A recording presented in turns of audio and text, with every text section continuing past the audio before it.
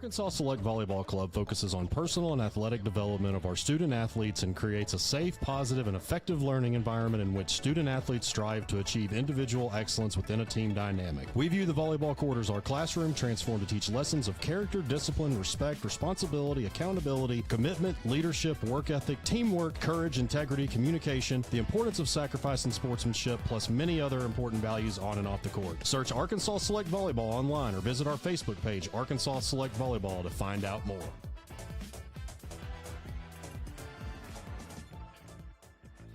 And finally, a Central Arkansas success story. A salute to my friends of the Natural State Sports Network. Few people are enjoying calling high school games more than Steve Henson. 25-20, 15, 10, 5, 4, 3, 2, 1. Give him 6. What a play by the Coyote. So much fun to be able to call the game with that excitement. The parents love it. The fans love it. The kids just absolutely eat it up. We could get him involved more. That kid's, he's got a ton of talent. Steve and his partner, Will Watkins, who Steve calls the mastermind, did their first game 5 years ago. Fast forward to 2025, 5 schools now have contracts with the Natural Sports Network. It was one of those things where, you know, when we started doing it, we had no idea what we were doing. So it was like, hey, we'll do it, and if people think it's cool, then great. There's no way you could have gotten me to believe that we'd be where we are today and the impact we've had. Good decision by the Bears to hold it right there. Oh! And they take pride in the quality of their broadcasts. We want to be able to put out something that's not just, you know, anybody can, with the advent of Huddle and everything else, anybody can put a stream out now. But we want something that that the viewer can enjoy, and from commentary to the angles to the cameras. The Hornets are headed to Bank of the Ozark Arena on Saturday. They say the guy behind camera, Will Watkins, searches YouTube on how to do games. He's been the mastermind behind the whole deal. But it's quality product. Yeah, it's a great team over there. Okay, good stuff, Sully. Thanks very much. We'll be right back.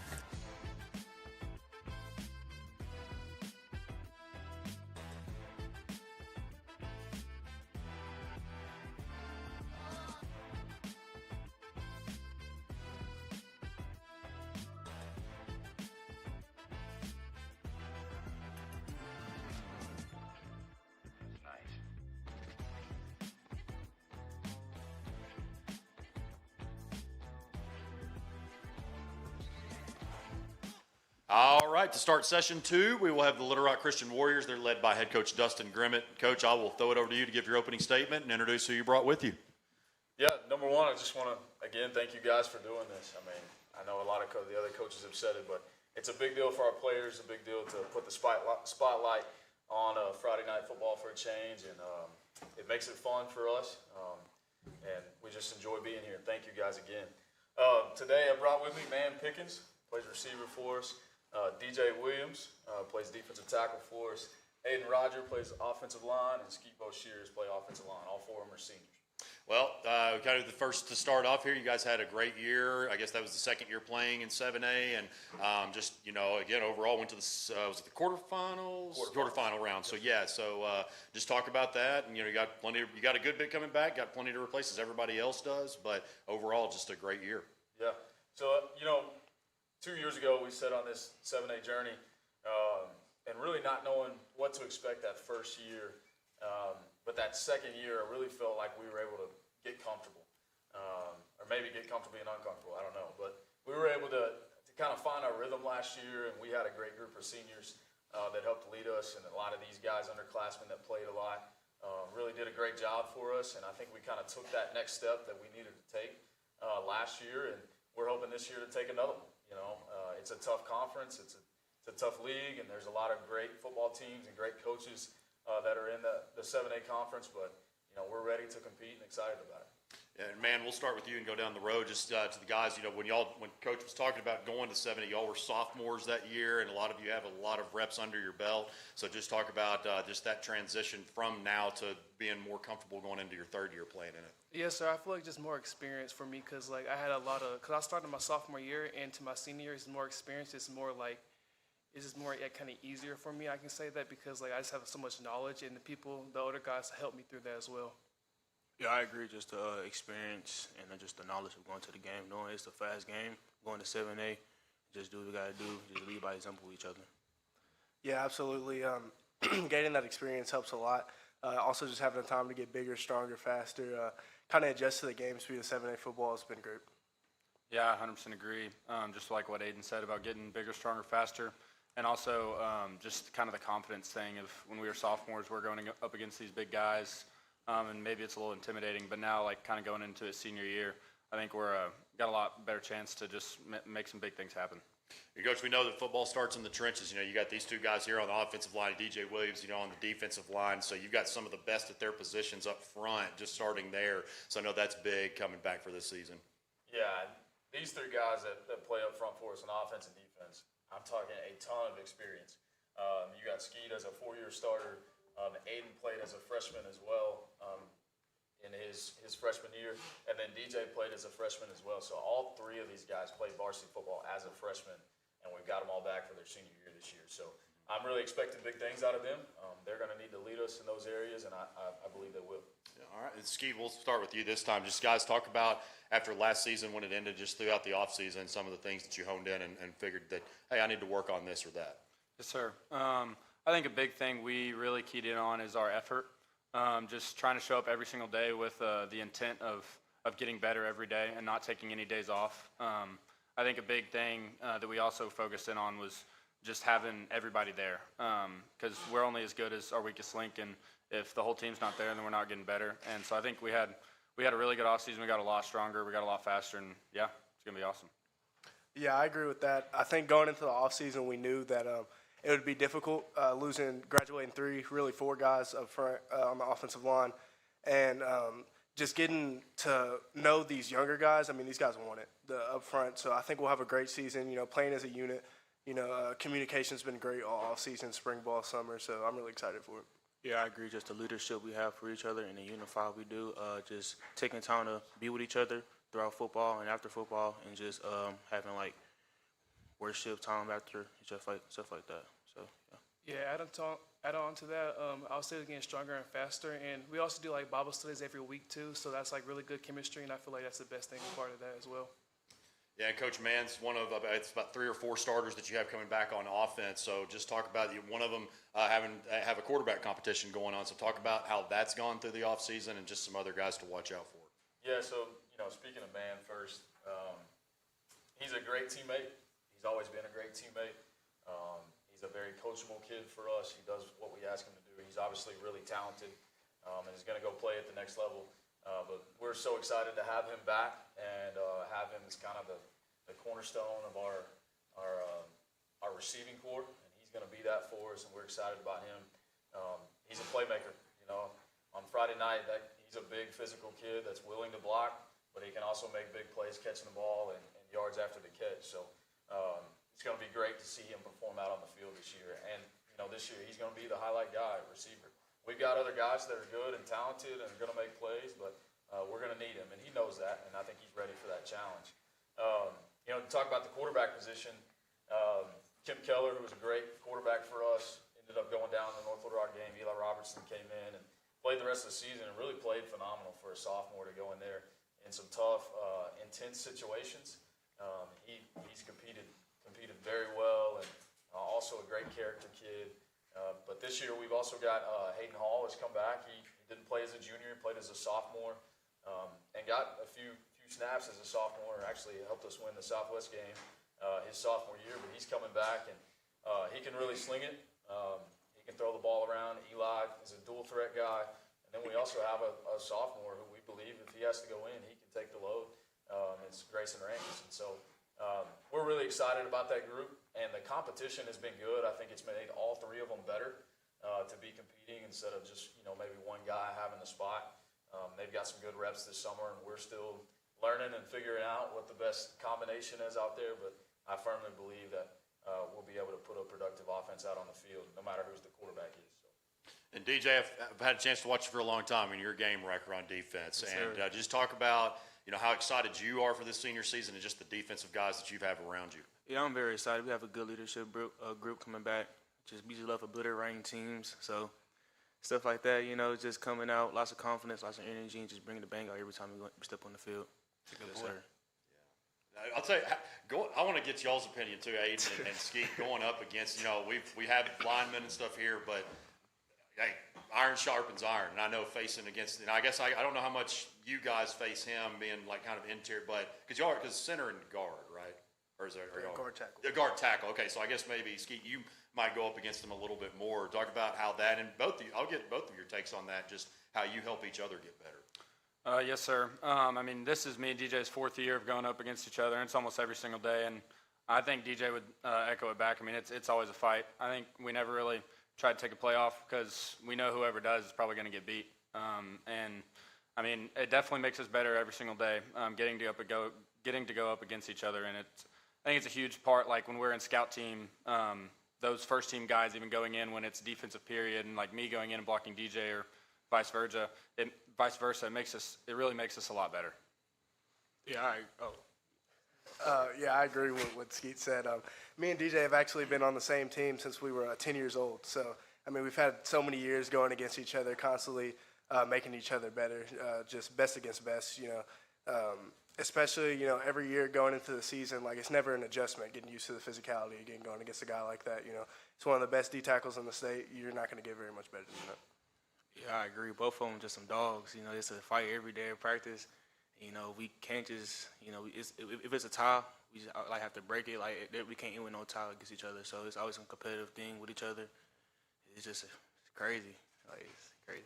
Coach, we don't talk a lot, probably not enough about special teams at these media days, but, you look at who y'all have, a kicker, and, I mean, especially anytime points are precious, every single one of them. Against the schedule, you guys play especially so. I mean, it's probably like pretty much any time you cross the 50, you feel pretty confident that you're going to possibly put at least 3 on the board. Yeah, no, Brody Bost is the best kicker in the state of Arkansas. I firmly believe that.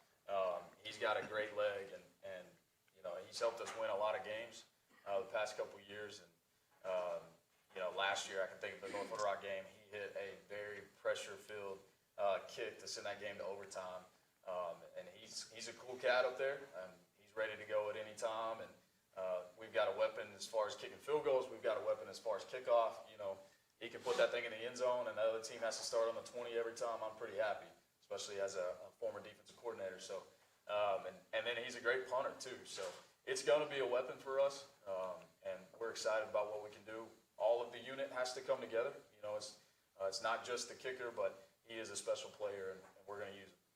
I remember when I first talked to you when you got elevated to head coach. I think I asked this maybe I did last year, but now that you are 2 years, and I know you had been previously a junior high head coach, it's not like you were completely unaware of like what to do and stuff. But now that you've done this for a couple of years, what can you say to younger coaches, especially taking on what you did, playing in the state's highest classification? Yeah, I mean, I would say, for lack of a better word, have yourself a caddy, have yourself a guy that can speak into you, a guy that you can call and have a mentor. Coach Koyu has been that for me. I also have 2 very close friends that coach in the state of Arkansas that I call and get advice from. We all think, as assistant coaches, we all think we're ready. And the truth is, you don't know what you don't know. And as much as I've had former coaches pour into me and help me get ready for that position, it was a new position, and I had to learn some things, and I've had to adjust. And kind of my mindset is I've never arrived. I don't care if I've been coaching this game for 30 years. I always want to have that learning mindset, and I want to be able to take advice from other people and not think that I know it all. And I think for those young coaches that, when it comes your time to step into that position, just be open-minded, have some close friends, have some mentors, have people you can talk to, and just take it one day at a time. All right, so we've gotten into the groove of this question. Man, we'll start with you and go down. And, Coach, you can get in on this as well. What is your favorite pregame meal, and what music do you listen to? Like, what's your go-to prior to games? I'll say grilled chicken because I'm a really picky eater, and I'll say fruit. And I really don't listen to music. I listen to like speakers. So I'll say like Eric Thomas for YouTube. Yes, sir. Yeah, me, chicken, rice, steak. Some smooth. My pregame music, NBA Youngboy and J. Breezy, and get me turned for the game. So yeah. Yeah, I mean, I eat anything, to be honest with you.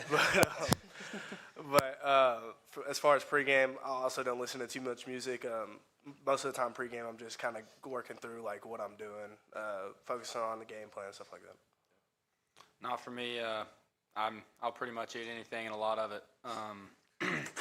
And then for music-wise, I'm a big old country guy. I like just kind of settling down for a game. I don't like feeling like a ton of pressure, so I'll listen to some Alabama, some George Strait and stuff like that. Yeah, for me, actually I don't eat pregame. I like the feeling of being hungry when I get out on the field. It's just a mentality thing for me. I'll go and eat lunch somewhere if I have time. Maybe eat a big lunch, but I don't eat pregame. I don't like to be full when I'm walking out on the field. And then as far as music goes, I really listen to all kinds of music. But a couple years ago, just to kind of calm the nerves and center myself in the right direction, I actually right before I speak to the kids before we go out for pregame, I turn on a worship song and just listen to it as loud as I can, and it just kind of calms me down. It centers me. It reminds me of my purpose as I'm coaching out on the field, and that's kind of been my routine for the last 2 or 3 years, and it's really a cool experience for me. All right, fellas, great job. Really appreciate you coming back for the 3rd year in a row, and good luck this season. Thank you. Thank you. Appreciate you guys having us.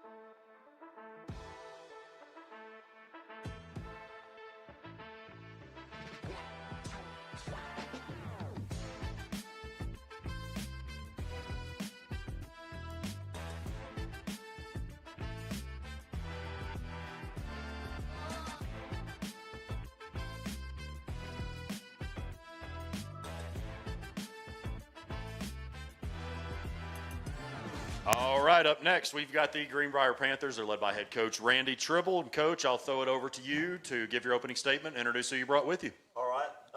I'll go ahead and tell you who I brought with me. This is Brady Wilbanks. He's is a linebacker, started last year and played great for us. I've got a piece of paper in here somewhere that tells me how many tackles he had, but I don't know what I did with it. But he's put on about 15 pounds of muscle, and he's faster than last year, so we're expecting real good things out of him. Ethan Rhodes was a starting safety and our kicker last year, and did a great job of both of them. I don't know the percentage, but probably half of his kickoffs are in the end zone, which coaches love that.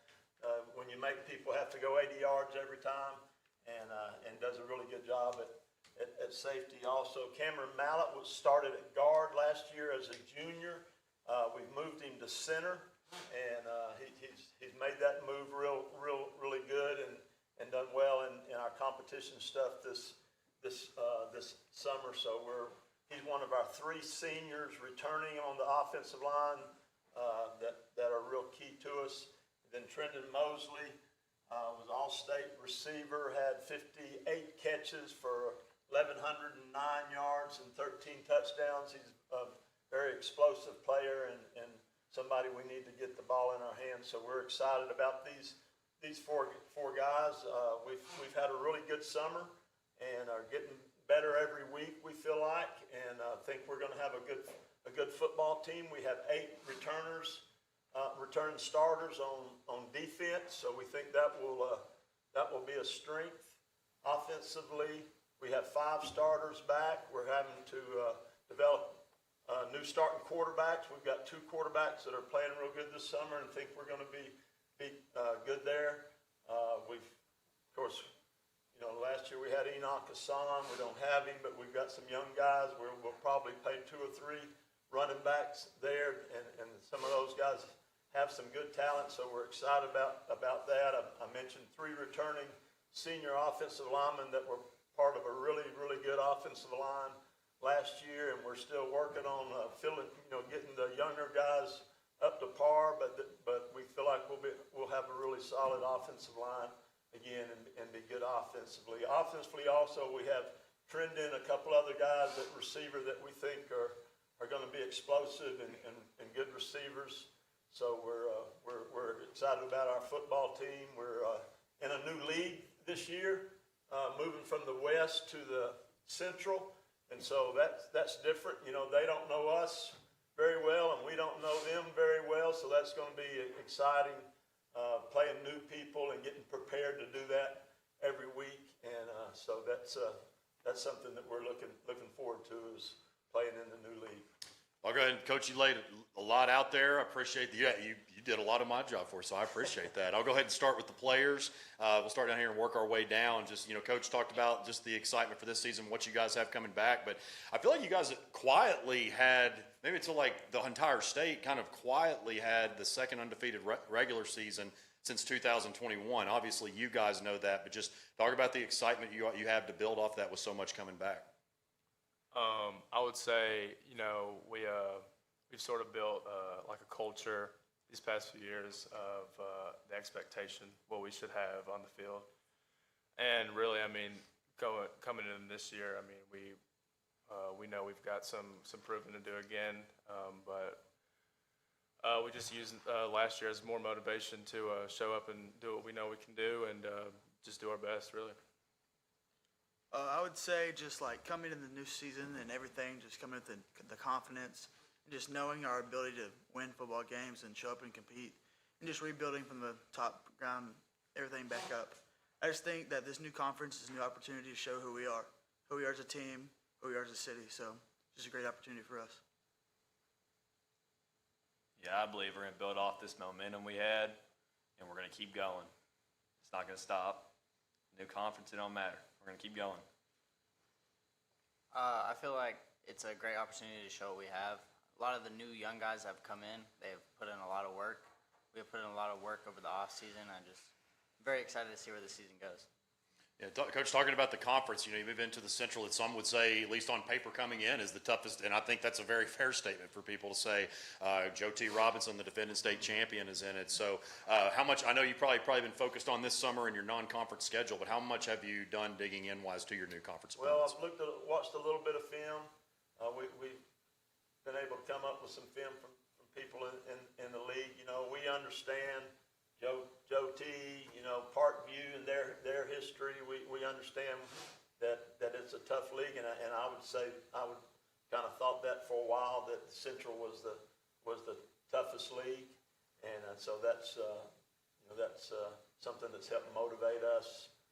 Do everything we can to get a little bit better every day and get a little tougher every day, because we know it's going to take tough people and people that can execute offense and defensively and play real hard to win in the league. But like they've said, our expectation is to be really good and to work every day to be better and be real process oriented to improve every day and compete.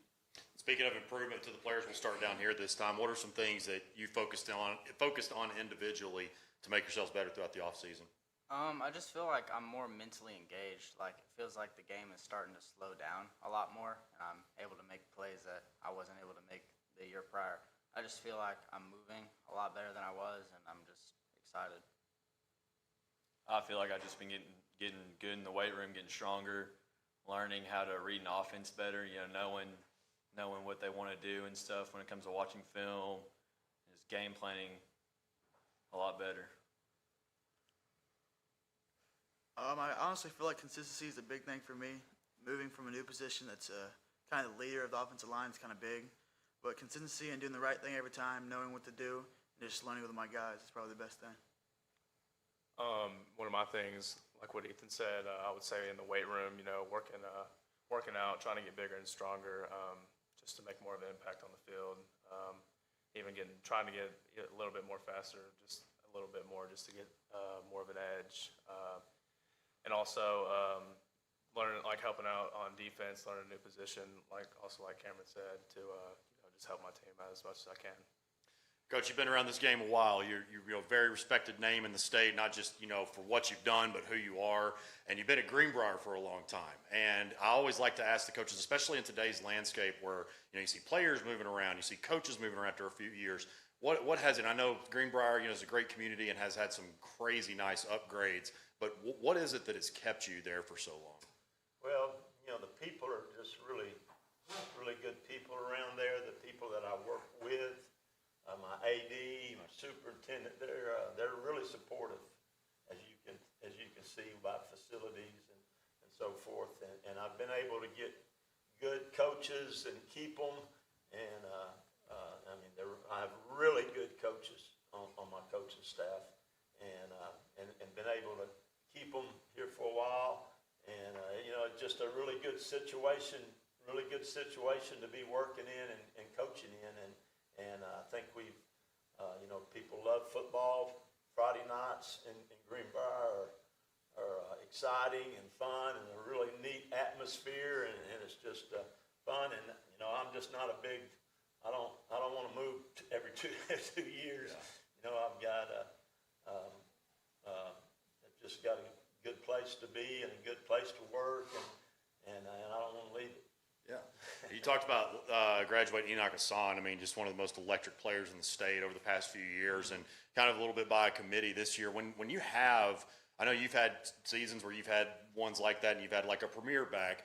Is it really just kind of maybe feeding the hot hand that is in practice that week, or like you play some guys with a few reps in the first quarter, kind of see how it goes? What's kind of your strategy? Yeah, we think we'll have to do it a little bit by committee, but there may be somebody, that just shows out and shows they're the guy and they can handle carrying it 20 times a game. We've got some of them some of our running backs are guys that they're going to need to play some on defense too. So you better have 3 or 4 of them ready to go. Right now, the leader in the pack is a sophomore that, whether he can. Of course, we would give it to Enoch 30 times a game. We don't expect to have a guy to do that with right now, to take that kind of beat. just kind of play it, start off with going to alternate them, and somebody gets real hot and somebody shows that they're really the number one guy and they can handle more carries, and that's what we'll do. I want to talk to the players just for a second. I heard you guys kind of talking about it when you came in, but Mason Ball said earlier in his media day conference that he didn't see anybody defeating Jacksonville this year. You guys have a handful of games before that game takes fire, but does that kind of fire you guys up and give you some bulletin board material starting from down here, working away to the left? But does that kind of fire you guys up a little bit? Yeah, I would say so. It's just a very arrogant comment to make so early in the season. So, yeah, I'm just excited. Yeah, I mean, it just makes me want to, go out there right now and let's go play. I'm ready. Well, I would say that I don't know that you can be excited, but I don't know. We'll go show them what we got. That's all I gotta say.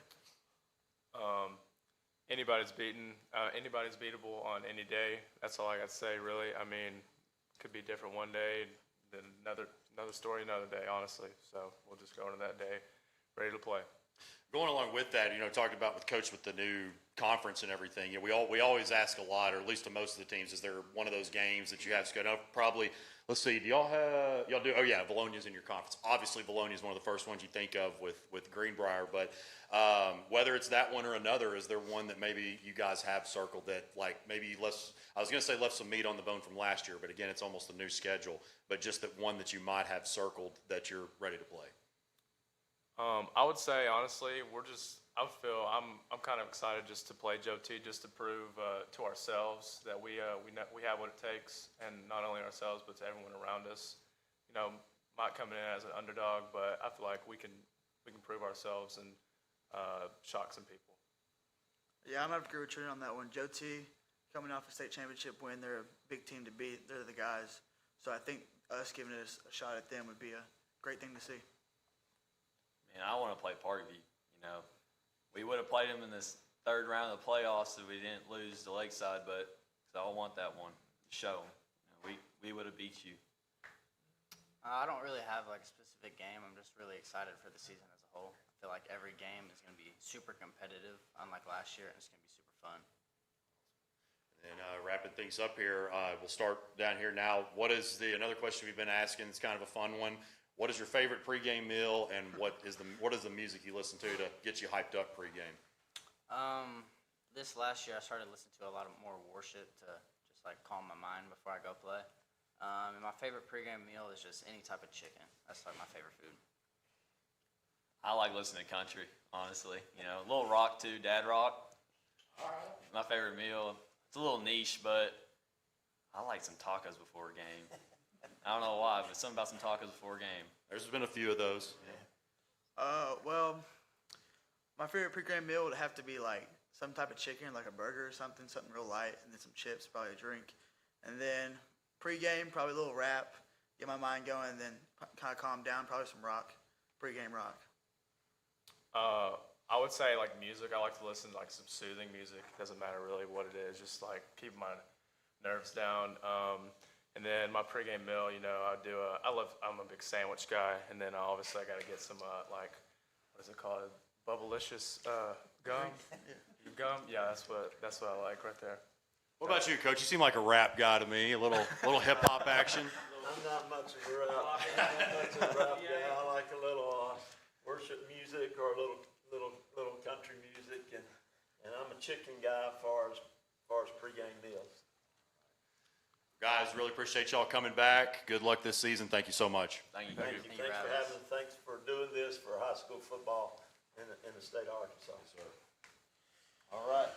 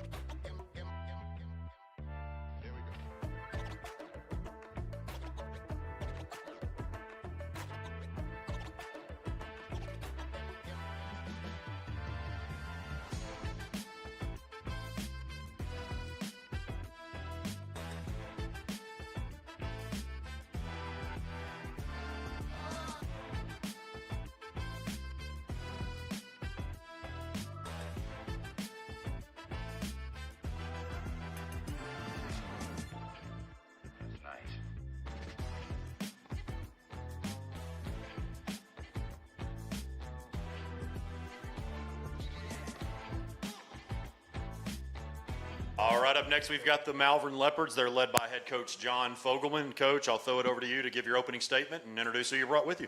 Well, I've got two great seniors here that are just, it was an easy pick. They've been working hard every day, and they do it with a great attitude. Here on my left, I got Wesley Morley, who's running back, linebacker, corner, does a little bit of everything for us. And then we got over here on my right, Jeremiah Jimerson, who's been he's a returning all-conference player, been a starter for, this will be his third year as a starter. So, these guys have been excellent students. And I know last year, there was some meat left on the bone, to say the least. I know that, the end of the season is not how y'all wanted to finish up, but just kind of talk about some of the things that you have implemented throughout the offseason to improve upon this year. Well, you got, so the senior class has experienced a little bit of everything, right? 2 years ago, they were part of 11-2 team, and then, as you mentioned last year, not the ending. We wanted it all, but, of course, that was a very talented Dardanelle team, that we ran into in the playoffs. And of course, it's a tough, what we've done is we've got a very, very tough non-conference schedule this year. We're opening up with Warren, then Stuttgart, and then Haskell's vastly improved.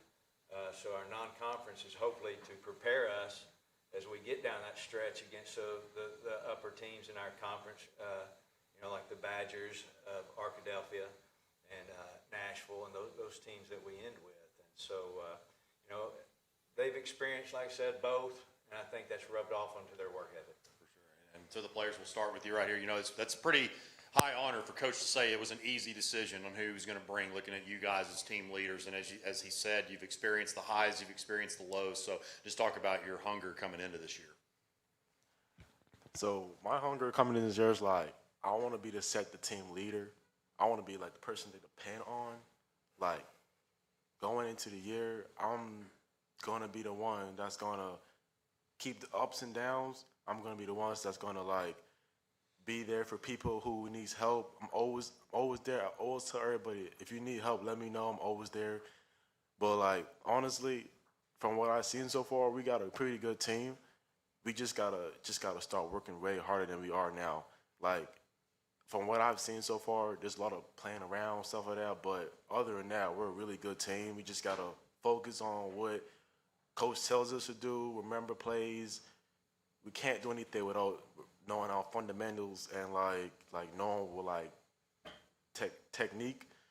Without technique, you basically just there for no reason. If you're not learning, Coach Fogelman says every day, if you're not learning something, then you're not doing nothing right. So basically, that's all. We're just trying to do that the whole time. So yeah.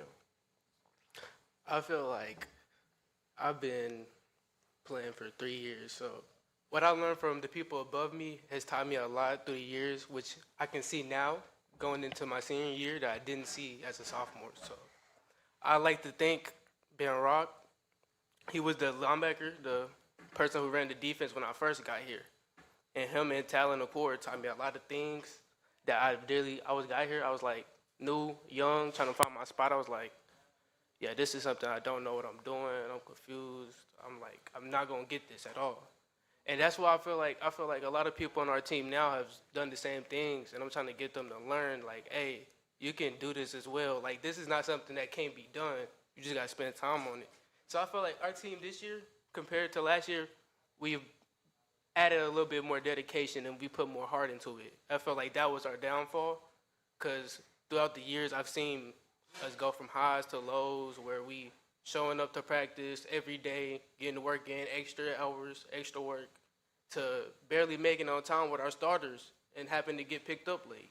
So I understand that that's where we've been going wrong at, and I feel like, our starting leaders, we got a small senior group, so I feel like even though we got a lot of underclassmen coming up and having to start for us, we still got to teach them a lot of things that they haven't learned yet, but they're catching on pretty quick. So I feel like that's our good thing right now. That's what I'm up to see. Coach, this is year 3 of your second stint at Malvern.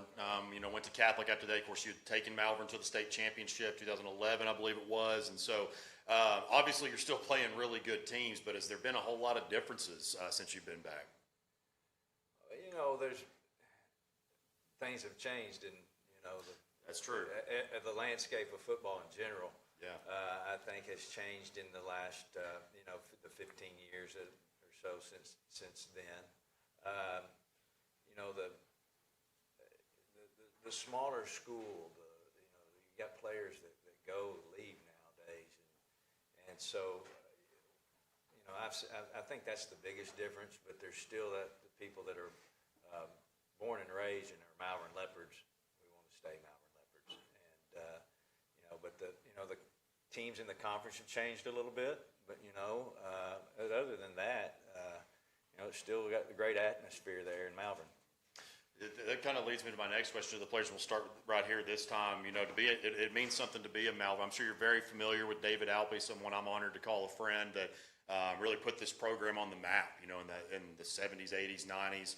So what does it mean to you guys? I mean, you have amazing facilities, you have an amazing fan base, amazing community. What does that mean to you guys to be a Leopard? I feel like this past summer really made me realize what it feels like to actually be a part of this program and understand why I like it so much. Because after the season we had last year, it was like so many family members, friends trying to encourage, transfer, or you got to tell your coaches this, that, you got to go do this, you got to go do that. And it's like, yeah, I was listening to them, I was like, yeah, I hear what you're saying, but it was like, I'm thinking in my head, I'm like, these are my family though, like, this is my brothers that I'm playing with. Like, throughout all the years, these have been my brothers. We done did things outside of football, hung out, built chemistry. So it's just like, I was thinking hard on that. I was like, I can't even do that even if I put it to my mind, because it's like, these are people I can't play without. Even if they're good or bad, I feel like those are the people that I've grown to play with and I've grown a connection with to build, and I just can't leave like that. So that's what made me feel like this is the place I want to be at the most. Yeah, like Jeremiah said, like I've been here from 8th grade, and since that, I've learned to like adapt to like the facility and like how everybody else plays. If I go to another school, then I have to adapt to a whole different playbook, new people, the coaching staff, and everything. I don't think people might be easy to like transfer. It's not really easy to transfer. Like you gotta find a whole like you gotta find places to live, places to stay. You can't just transfer to another school and not know like what you're gonna do there or nothing like that. So it's kind of hard to go to somewhere else and leave what you left behind. You start off with something great and you're just leaving something back great. And then once you transfer, you're gonna realize that it's not good for me, and you want to go back either way. Every time you lose something good, you're gonna want to go back eventually. And every time I go to like, for example, a game, I play a game, I always look at like the different like press boxes, the visitor room, and compared to our facilities and press box, like I say we have it the best. Like I say that our press box is like one of like the best ones we have in 4A right now that I've seen so far. And like our visitor room, like we make the people, every team we make them feel like home. Like we want them come play, not like it's not no competition. It is a competition, but like we all want to be one big family that just wants to play a game and win a state championship. There's no enemies, there's no nothing. We want everybody to feel like home. Yeah, great answers. Yeah, for sure. Coach, obviously these are two of your top dogs that you have here with you. Who are some others that we should watch for this fall? Well, we've got, as you mentioned, some young guys coming up. We've got, and shuffling around, we'll have a new quarterback, whether it be Aaron Pinkston or Trevor Hodges.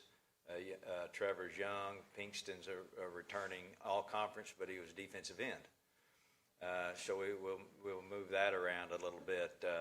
We have Brad Sailing and another linebacker, Zane Hadcock on the defensive line. You know, the linemen are so important that our numbers, we got to figure out when to play some, you know, because they're going to have to play both sides of the ball. So Zane would be a good example of that. Sam Bowen's a senior who's could play the starting center for us. Should be really, really important, obviously, to he's a good leader, and that position's so important to communicate, and that's something we're working on both sides of the ball. Just communicate. And guys, I want to ask you your favorite pregame meal and your favorite pregame music to listen to. Now, I'll go ahead and preface this by saying I have been to Malvern, called games there. You guys' spread in the press box, it's probably second to none when you think about the amount of food that you have. So I know you got a lot of different options to choose from. Oh, boy.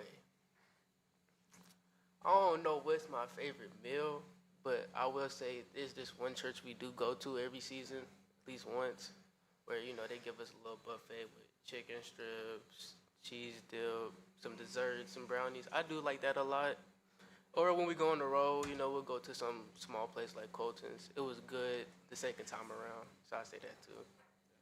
All right. Favorite music? Favorite music? I haven't really been listening to music my first couple seasons. Okay. If I'm being honest, I'll probably say, like the same thing he said, like the buffet is like one church, like a line of food, just pick there and go choose what you want. And it low-key be like the lasagnas they be having, like the crock pots. It'd be good food, like.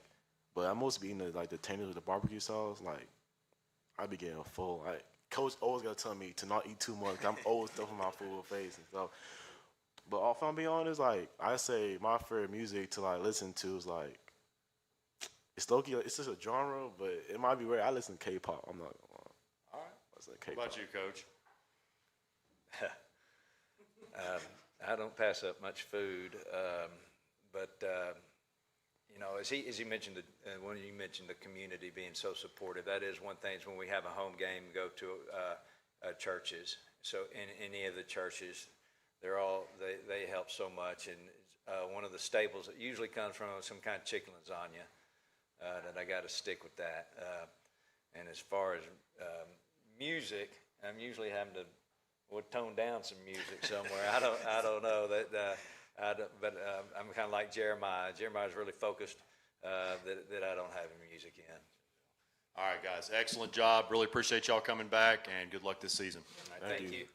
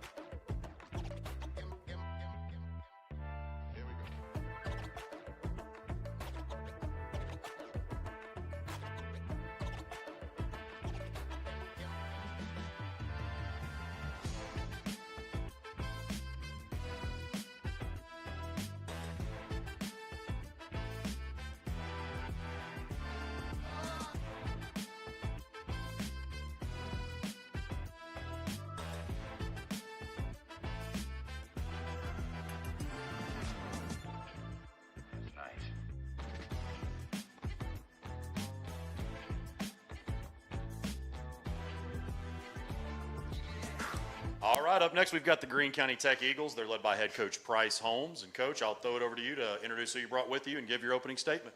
Yes, sir. First off, I want to thank you guys for hosting this event.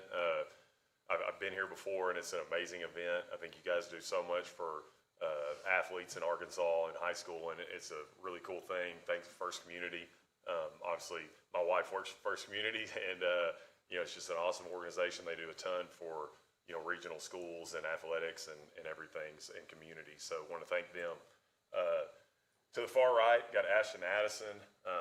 Ashton's a returning starter at running back, rushed for 1,300 yards last year in just 9 games, and so excited about him.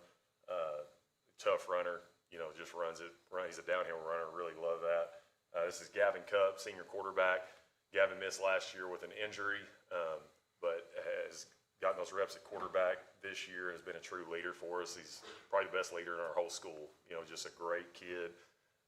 Got Lane Compton. Lane's a 3-year starter at inside linebacker.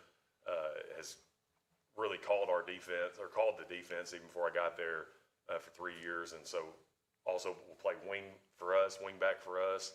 I'm excited about Lane. And then Caden McDermott. Caden has played in the secondary in the past, and he's going to move down to outside linebacker and receiver for us this year. Caden's had a really big offseason, gained about 15 pounds. He's gotten faster and is a really physical player that fits that position really well. And so I'm excited for these guys, excited for their senior season, and the legacy that they have the potential to leave at Tech. I want to talk about, since getting to Paragould, to Greene County Tech, however you want to put it, you were at your alma mater, Batesville, big part of that staff for a long time, last year at Southside, and now head coaching job. So just talk about how that transition has gone. Yeah, it's going good. I knew at one point I wanted to be a head coach. This opportunity presented itself. The athletic director at Tech and I played together at Batesville in high school. And so, this opportunity presented itself. It was a unique opportunity. There's a lot of community support there, and that community really wants to win and be successful, and they're willing to invest in it. We're getting a new turf, lights, scoreboard, bleachers, press box, and not even due to me. There's just buzz there that they want to invest and they want to be successful in football. And so that journey, I've coached under some really good head coaches. I've coached with some just incredible assistant coaches. And learned a lot about, how to treat young men and develop young men. So I'm excited for the opportunity. And with the players, we'll start with you, Addison, and go down the line. But just talk about that, under a new head coach. I think, he's built a reputation as a head coach, but also what he's done with strength training, as we saw Gage Wood say after one of the greatest performances in college baseball history. But just the standards that he set and just what you guys have gotten out of it so far. He definitely pushes us to do better than do better and stay stronger. Helps us make sure we're in condition. I'd say for me personally, we've been more disciplined as he's gotten here. I think just little things like getting our toe up to the line, like the little details.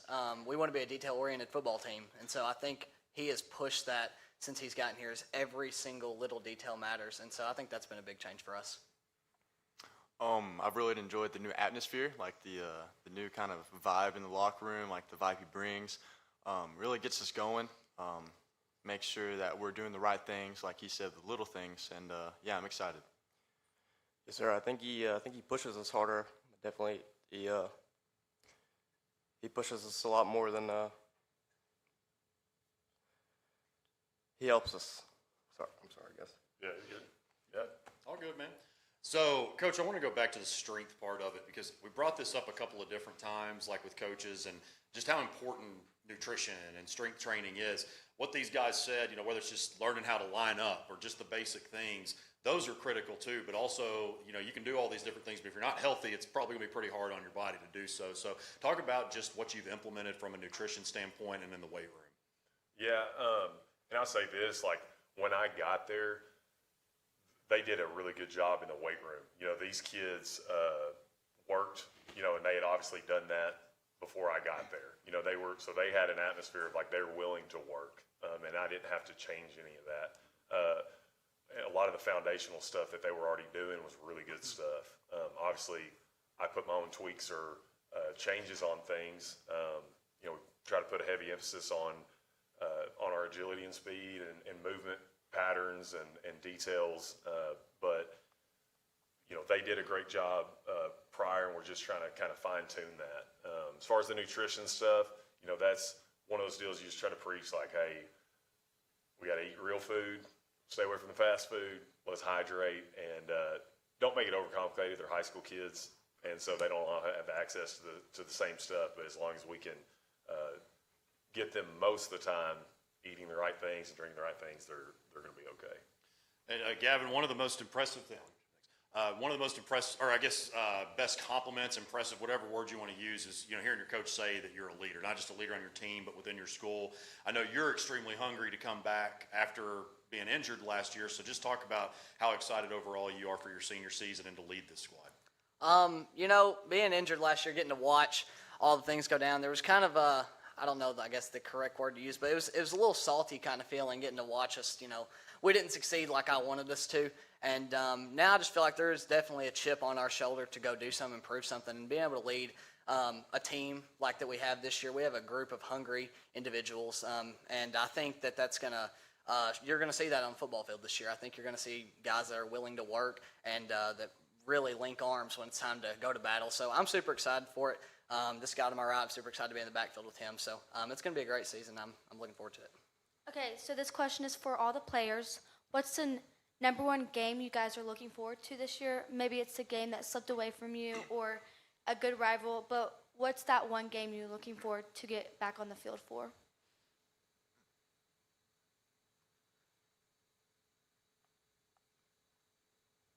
I'm going to say I'm looking forward to Nettleton.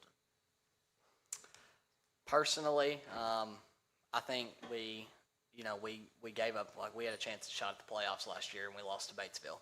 Shouldn't have lost the game, period. So I think Batesville, showing them what we're actually made of this year. Yeah, I agree. I feel like we really let that one go. I feel like we have more to prove and more to come for this year. So yeah. I think I'm looking forward to Paragould the most. So it's our rival. We're in the same town, small town, Paragould. So I think just looking forward to Paragould. Perfect segue, because I wanted to ask about that. I try to always highlight big rivalries like that. Obviously, Coach, about Southside and Batesville and stuff like that. But these rivalry games are more than just 3 or 4 hours on Friday nights, right? I mean, it's leading. I mean, you talk trash throughout the winter, talks trash throughout the off season, and then you have everything leading up to that week. So I'll start with you, since you mentioned Paragould. Just talk about what that week means to you overall and to the community from your perspective. I think it's the most important game we got, really, to be honest. People look forward to it the most, so we really got to show out that game. Yeah, I think with the rivalry game and crosstown, it's a game that really sticks around the longest. Throughout the year, you can say, I have the bell. That's like the thing for we do. So I think that's a big game for, I guess, just the crosstown and just like the one-up on the other side of town. So, yeah. I mean, that's the talk all year long. You talk to any kid that you get to see in the middle of town, it's Paragould Tech. And, fortunately, we've been able to hold the bell for like 7 years or something now. So it's a long time, but that year it's a heavily magnified game every single year. And just because you've held it for however long, that doesn't make it any less big of a battle. I mean, you could have 2 playoff teams or what. Doesn't really matter what the records are on each side of the ball. It's Paragould Tech at the end of the day when that game comes. It's definitely a really fun, game to play. Sometimes it can be difficult, sometimes it can be easy, but it's definitely one big talk of the town. Coach, along with these 4 guys that you brought with you, who are you expecting to lead and make plays for, to other people to lead and make plays for you this year? Yeah, we've got a returning, don't have a ton of returning starters, but Gary Harris is a guy that started on the defensive line last year. We've actually moved him to the offensive line. He's got the potential to be one of the better offensive linemen I've been around since I've been coaching, even though he hasn't played on that side of the ball. We have Brett Boone is another senior. Brett's dad was an all-state player, I think, back in the early 90s, and Brett's kind of a utility knife guy. We can play him some in the box. We can play him some at strong safety, free safety. He can carry the ball. We can line him up in the slot. And so He's a kind of versatile player for us. Jackson Inman is another senior that played football for the first time last year, started at corner, and he's going to help us all over the field at corner, receiver, et cetera. Connor Risner's another one on offensive line, kind of multi-use guy that we can use on any spot on the offensive line, defensive line. And Malachi Clifton's another offensive lineman for us that can play any spot on both fronts and be successful. So, And clearly, you've got some guys here that are just really hungry to really make a statement this year. And I look at teams, that have struggled in recent memory, and to coaches that take those programs over. Everybody wants to win a conference championship. Everybody wants to win a state championship. That's the ultimate goal. But what have been your goals as far as just competing and picking up each other, those types of things since you've come into the job?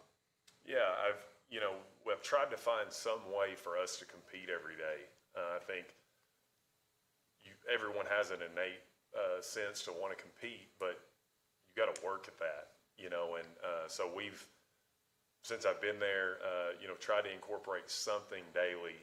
It could be as simple as some version of wrestling, or some version of pulling a rope, or one-on-one battles. We do that every single day, every morning. It's part of a daily rotation, and there's always going to be some kind of competitive component to it, because you've got to practice, competing, sometimes not succeeding, but knowing that, hey, in 30 seconds, I'm going to line up and I get to do it again and see, what are you going to be made of?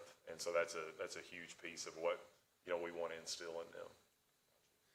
And to the players, Ashton, we'll start with you down here again. I was going to ask y'all the one that we've been asking everybody pretty much, at least for the last couple of days. What is your favorite pregame meal and your favorite pregame music to listen to? Favorite meal, I don't really have a meal, just food, and then I don't really have any music either. Okay. Like that. Favorite meal, I love when we get barbecue. I think, that's just one of my favorite things to eat. I'm not really much of a musically inclined guy. I like to just, sit there, and I like to watch some films sometimes, nothing like no music or anything. Pre-game meal is kind of like sliders, turkey and cheese sliders, some nice, just really fills me up, makes me good. And then for pre-game music, I like to clear my mind, like set, reset, and breathe, and just like get ready for the game. I definitely like when they offer us Chick-fil-A, and my music probably whatever Malachi puts on Ox. What about you, Coach? You're not too far removed from high school, so you probably like a lot of the same stuff. Yeah, so, good barbecue sandwich, meal, that's kind of a pregame meal, and then, I'll put it on the edited, but I'm probably some 2000s hip hop is kind of my 2000s rap is what kind of gets me excited for the game. So. All right, guys. Well, great job. Really appreciate you guys. I know it was a long haul. We've got a lot of great support from NEA, so we certainly appreciate y'all making that trip, and best of luck this season. Yep. Thank you, guys. Go Tech. Sure, thank you.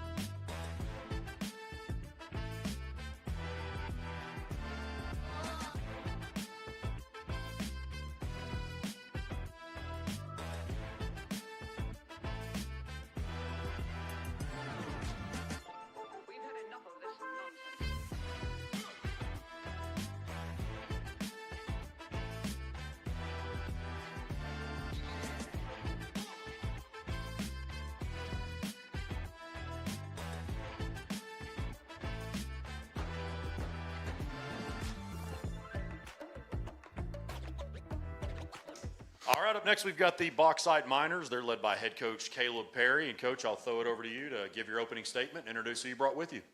Yeah, absolutely. These are some great young men I brought with me. This is Jaden Banks down here on the left. Jaden is a 4-year starter for us. He even started a little bit as a 9th grader. This is his senior year. He's a fullback, defensive tackle, defensive end. He's kind of a do-it-all type guy. He plays a little running back from time to time. We got Wyatt Foreman, who is our sophomore quarterback. Wyatt, we brought him up as a 9th grader last year. He scored 48 touchdowns as a 9th grader. So I always say the phrase, if you were stuck in an elevator with him, you couldn't catch him. And so he's got a little scat to him. And so we got Dawson Finley over here. Dawson is a tried and true heart of Bauxite. Grew up in the heart of Bauxite. Been with us since Little League, and all these guys played through the whole program with us. But Dawson is a salt of the earth type kid. Plays right guard. He plays a little bit of defensive line. He's actually a 3-year starter as well. And down here is Elijah Perry. That's my son. He's obviously been a part of the program. Done a great job. He plays linebacker. He plays fullback. He plays a little bit of tight end. And some quarterback. So some of these guys are multitaskers. Well, coming off a great year, 9 wins last year. I know you guys have a lot of expectation. These guys, as you mentioned, have played a lot of snaps for you. Eli, I know you had some injuries and things like that, but still been, as Coach said, huge part of the team. But just a lot of expectations coming into this year. So I know really excited to get on the field. Yeah, definitely. I mean, last year, going to the third round of the playoffs, that was the first time since 2007. And so our team really accomplished something, what we feel like was really great. Our town was super excited for us. We love our community, our school. And, just heading into this year, we have expectations, obviously, to eclipse what we did last year. But it's ultimately always the same story. It's 1 week at a time. And we haven't won a game yet. And, we got to stay humble and keep our eyes on each day and each practice and each rep. But I think these guys are mature enough to do that. And to the players, just kind of building off of what Coach said, we'll start right here. Just what are some things that individually you've worked on to improve throughout the offseason? Just staying in the weight room, getting stronger, bigger, and faster, just becoming a better leader, helping guiding the young guys on stuff they don't know. If they got any questions, just kind of being there to answer questions. The coaches, they're busy, got a lot of stuff on their hands, so just being a help all around guy, kind of just tell people things they don't know. Yeah, this year, like Jaden said, being in the weight room, getting stronger, but also becoming more of a vocal leader, having a year of experience. I know a little bit more and how the game of high school and like the speed of it. So just becoming more of a vocal leader, helping everybody, get everybody set up, just simple stuff like that. Yeah, just like the other guys, the weight room is a really big part of the program at Bauxite. We all just love it. So, just being in the weight room, getting stronger, getting, faster, better every day. And like Jaden said down there, just helping out my young guys, building them up, teaching them, if they don't know anything, just being there for them. So that's something I've really worked on is my leadership role, just being in the weight room, man. Yeah, for me, just obviously putting on weight, getting bigger, faster, stronger, and maybe a little bit of injury prevention too. So. Okay, for the players, what's the #1 game you guys are looking forward to this year? Whether it's like your rival or just a really good team, but what's that one game you're looking forward to getting back on the field for? First week, Glen Rose, tough team. They're always fun to play. Been playing them since our sophomore year. This first week, I'm just ready to play football, so that's a game I'm looking forward to. Yeah, I'm the same way. Just ready to get back on the field. Glen Rose, hard opponent first week, but ready to get back at it, and that'll be my favorite game just because it's the first. For me, it'd probably be Harmony Grove. That's just our rival. Really, really deep-rooted rivalry. Really fun game to be in. It's always a really good atmosphere at the pit. Our fans always show out a lot. It's really fun to play there. And just, I've been playing with those guys since the 3rd grade and, senior year. So it's really good. Hopefully end it off with a bang. So that's the one game I'm looking forward to. Yeah, I like to take it week by week, but I'd like to get some revenge on Stuttgart if I could. So, yeah. Coach, we talk about adversity a lot in sports. I know you and your staff certainly do, but you yourself, you're talking about Eli dealing with some injuries. You had an interest, like a very unique one yourself. You and Quad Cent, what is it about Saline County coaches having these random injuries? You know, he hurt his, I think it was his Achilles playing basketball. You did the same thing celebrating. So I know that was kind of an interesting, probably a new thing in your coaching career. Well, you know, I've got our center. He's a great young man. We went up for a shoulder bump, and I think my center got a little bit too aggressive, and he just, man, he ran me over. It was a very exciting part of the game. I actually ruptured my patella tendon when I hit the ground. My knee popped, and I reached down. I couldn't find my kneecap. I'm going, where is my kneecap at? And it was up about 5 inches into my quad. So that was not.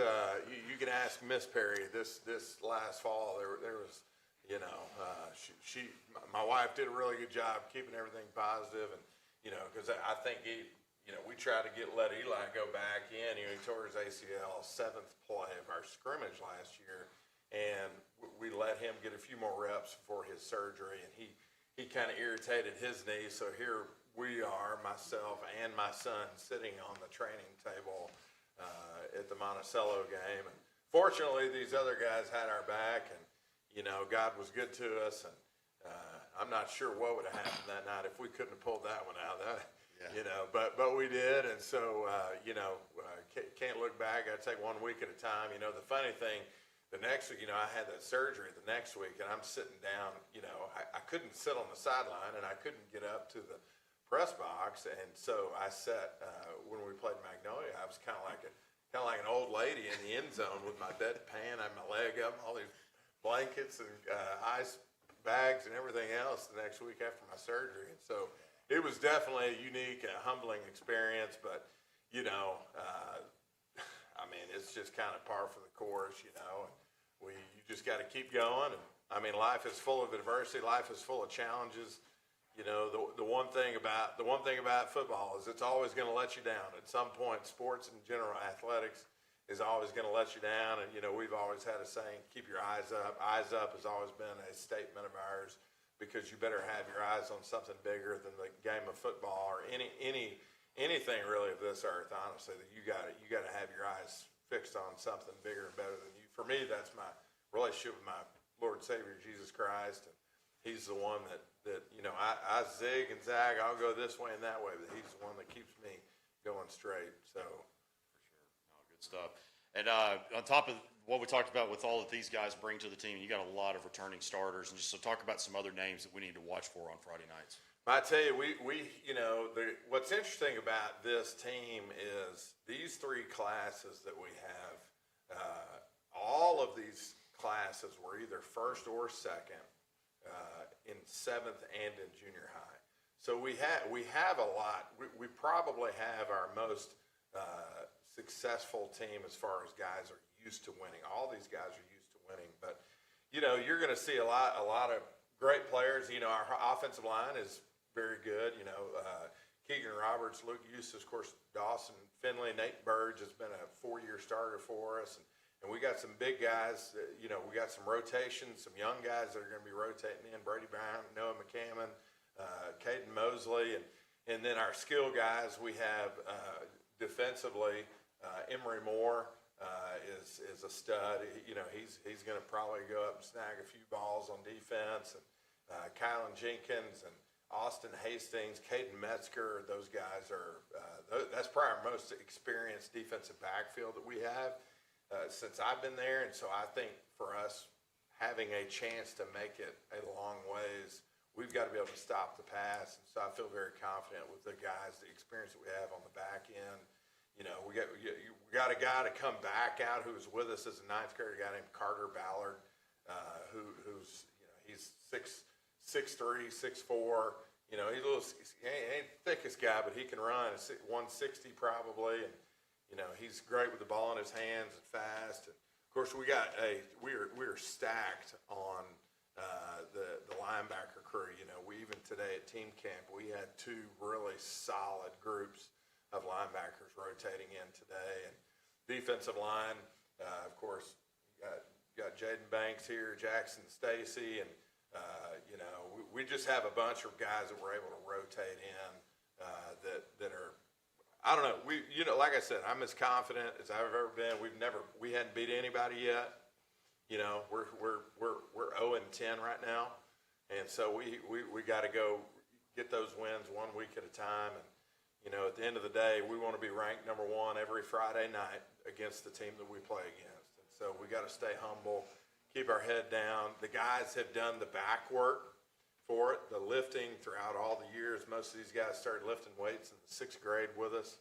And so I believe that all of that commitment for all those years is now is kind of rolling through the program now. So it's an exciting time to be a Bauxite Miner. Definitely. And I think the Pit's been mentioned a few different times. Played against Bauxite twice in high, but I never played at the Pit. I have called games there, and it is an electric environment, to say the least. Eli, I'll start with you. I mean, just talk about the crowd. Both games I called, we were literally in the crowd, so I've gotten a little bit of a taste of that. So just talk about what that's like playing there on Friday nights. Man, it doesn't get a whole lot better than that. You know, Bauxite, there's, you know, we got a few stores here and there, but pretty much all that we got is, you know, high school football. And so, you know, the whole town shows up, and it's really, really fun playing under there. Now, obviously, I've been hurt, but, you know, it's still really, really fun. It's really loud. You know, band is right there next to the sideline, makes it even louder. And so, but yeah, it's electric there, man. It don't get a whole lot better than that. So, Yeah, I'll just reiterate that, man. Playing at the Pit, it's just, there's no other experience like it. You know, the fans, they show out every week, and they're awesome, man. I love our fans. The community just always comes together on Fridays because, like Eli said, you know, football, it's one of the only things we really got down here in Bauxite. So our fans, man, I can't say it enough. They're so awesome. I just love playing at the Pit. Yeah, our fans are amazing. I just remember first round of the playoffs against Ozark, we had a home game, and our fans showed out, that's for sure. It was crazy. I hadn't seen anything like it. And just every play that we had made, there was a crowd erupting. And even before the game, we had a tailgate, and that was just unlike anything I'd ever seen at the Pit, and it was amazing. But our fans they're good. Man, you come to Bauxite, it just makes you want to play physical football, man. That's all it is down there. That's all we do. We just play ground and pound football, and everyone shows out every game. They love it. They just like physical football, and that's what we play down at the Pit. You don't want to play physical football, don't come there, man. That's a perfect way to describe it. And wrapping things up here, we'll start back down here with you. If y'all could pick between your favorite pregame meal and pregame music to listen to. Just pick one or answer both. Yeah, or both of them. All Which right. is your favorite meal? So, favorite pregame meal, Cinnamon Toast Crunch. You know, get the milk. You know what I'm saying? Yeah, that aftertaste is pretty good. And then pregame music, I'll probably go some George Strait, man. George Strait really gets me pumped up. Really gets me ready to play football, man. I just like to hear some George Strait before a Friday night game, man. I mean, for me, pregame meal, I don't really have one, just anything with a little bit of protein, carbs, just to get me ready for the game. And for me, pregame music's actually old country, like Jaden said. It just gets me calm. I feel like I need to be calm as a quarterback, just calm, cool, collective, and that just helps me lead, I think. Yeah, for my favorite pregame meal is probably just something cold sandwich, something like that. Just cold meat on there, and then what I like to listen to is, you know, a little before the game, I'll probably throw on some rock, you know, have something loud, and then right before it, I'll throw on some worship, just let it calm me down, cool my nerves. So. Yeah, my favorite pregame meal is probably something with like grilled chicken. Fried chicken is too greasy. I don't want to throw up while I'm playing. But and then I would say what I listen to, kind of like what Dawson said, like rock a little bit before, and then right before it happens, probably 15 minutes before we start walking out there, probably play a little bit of worship music. So, yeah. What about you, Coach? Man, I'm all about those chicken tenders from Edwards. Edwards down there. They do a good job for us, you know. So I love a little chicken tender before the game. You know, music-wise, you know, I'm dealing with so many things before the course of the game. I think just hanging out, to me, hanging out with the coaches in the office, sometimes our coaches bust out some dominoes. It gets a little feisty in there and playing some dominoes, you know. So we'll do stuff like that to just keep it light, keep it loose, and, you know, just making sure we got everybody going out at the right time and all that type of stuff. But the pit, like we mentioned earlier, the pit is an amazing place to play. Back in the old days, the old timers, whenever they had a problem with somebody, they would bring them down to the pit and they would lock the gate. And so that's what we want to do this year. When people come down to the pit, they better get ready for a fight. We're going to lock that gate behind them. And the only people coming out alive is the Bauxite Miners. I like that. That's awesome. Fellas, great job. Really appreciate y'all coming. Great luck. Best of luck this season. Thank you. Thank you.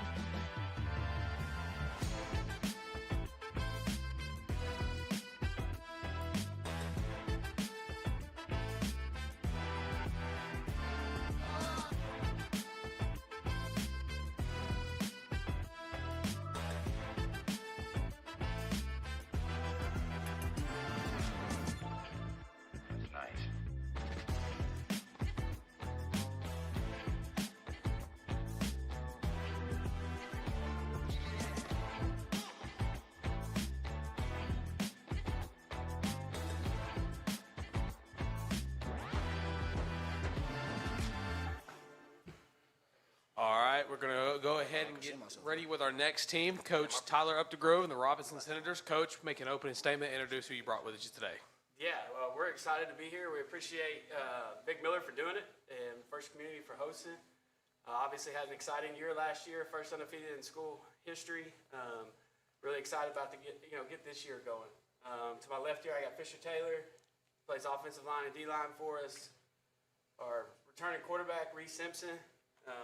Linebacker, Ray Parson, and then wide receiver, DB, Kyron Grimes. All four of these guys are seniors, expecting big years out of them. Coach, you talked about first undefeated season in school history. Talk about that a little bit more and talk about the preparation for this next season. I mean, I know you guys probably got a chip on your shoulder to match last season, but just talk about that.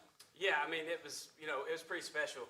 I didn't really, allow myself to think about it until it was done, just because you kind of didn't want to jinx it. And there was a few times throughout the playoff run where it was almost over pretty quick. We had three really tough, first three rounds of the playoff games, and then obviously Lakeside with the history there, you didn't really know what you were going to get. But, I think just the key word with that team was resiliency. We had some injuries. We had some guys get banged up, like Deuce. Deuce didn't even play in the semis. We had guys step up. Tank had a big game that game. Trey Petty. And I think that was the biggest thing, is guys just continued to step up and make plays. You look back at the Morrilton game when we had tied it up, a kid like Aaron McAdory, who played a lot, but, hadn't made just huge plays, makes the play of the game by stripping the kid, getting the ball back, and lets us take a lead. But we've just been, this offseason, we let the kids enjoy it in December, and then, January, it was time to get after it. We talked last Monday when we got back that, that was the easy part. The hard part now is trying to defend it. So we've been pretty hard on them, and they've answered the call so far. Right, for the players, starting down here on the left, I mean, just talk about that offseason and up to this moment, Matt, trying to defend that state championship. What is kind of that message been in the locker room amongst you guys? Really, the message is in the locker room, with us having a lot of transfers coming in, is when they came in January, I told them that, it's hard being undefeated, and it's also hard defending something that you earned. So, and it takes more to be a powerhouse than just the players. We have to work for it, and that's what we did all last offseason. Now this offseason, we begin after, having leaders in the weight room and making sure, everybody's good. Everybody's been on everybody's back, so that's what's just kept us stable.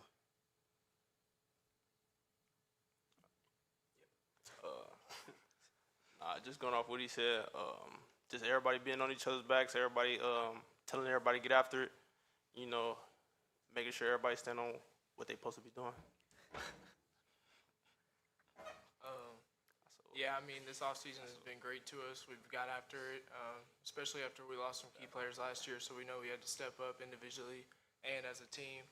But a bunch of people have been asking us if we're as good as last year or if we're not going to be as good as last year. But honestly, I think we're like the 2016 Warriors, Curry and them. Yeah. Yeah, just to piggyback off them, I feel like we've done great in the weight room, and I think spring ball was awesome. And just bringing in all those new players and everything, it's just been an awesome offseason. And Coach, just piggybacking off what he just said, talk about the new players. Who's somebody that's maybe made an impact thus far in their first season as a Senator? Yeah, I mean, I think it kind of starts in the backfield with, Dallas Bledsoe. He's kind of, him and Trey Petty are going to be kind of a two-headed monster. He had a good year last year at his school. Big, strong, physical kid. Made some great plays today at team camp. And then, London McEwen at left tackle, really special there with the way he moves, and a great kid. I think the biggest thing with all of them is they fit in really well with our culture. We haven't had any issues, haven't had any egos. They all just want to be here to compete and try to win a state title and do it again. And that makes it a lot easier. In 23, we kind of had a similar situation. It didn't go very well. We had some guys with some egos and wanted to do their own thing. And so far, it's been great. They've meshed really well. We have a really good locker room, I think. We talked about it the other day as a coach staff. We don't have one kid in our locker room right now where you're just like, man, I don't know what kind of kid he is. We have some really good kids in our locker room and in our program right now, 7th through 12th grade. So that's exciting. It makes our job a lot easier, and it just makes it fun to come to work every day. Okay, Coach, your schedule changed a lot from last year to this year. What are some new conference opponents, and talk about that schedule change? Yeah, I think it starts with our non-conference. We're playing Catholic first. Then we've got Central and Benton. Really excited about playing those guys. First of all, it's close. I don't really like bus rides, so not very far on those. You get to go back to War Memorial the first game, and then home those next two. But, conference-wise, we got Greenbrier, Parkview, and Valonia, and Mills, right? All teams we've played before. It's kind of in the conference before. We haven't played Parkview since the semis in 22, but it's a really competitive conference. I think the thing you look at is the coaches in it. You got a guy like Coach Tribble at Greenbrier, Coach Vaughn taking over at Maumelle, and then Coach Bolden at Parkview. It's a conference with a lot of really good head coaches. So it's going to be competitive every night. We know that. We're excited about it, and that's what we're preparing for right now. Okay, for the players, what is the team that you're most looking forward to playing this year? Honestly, really just the non-conference, the bigger opponents, because, it's always 7A, 6A football, so it's always great just to, get a feel for how the game moves and how fast and physical it is. So really, honestly, anybody, we're ready for them. Damn. I'm ready to play Parkview, though, bro. That's the only team I'm ready to play with.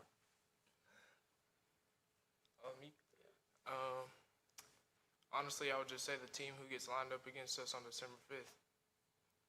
Going off of what Kyron said, I'm really excited for those non-conference games. Just a bigger level of ball than we're used to.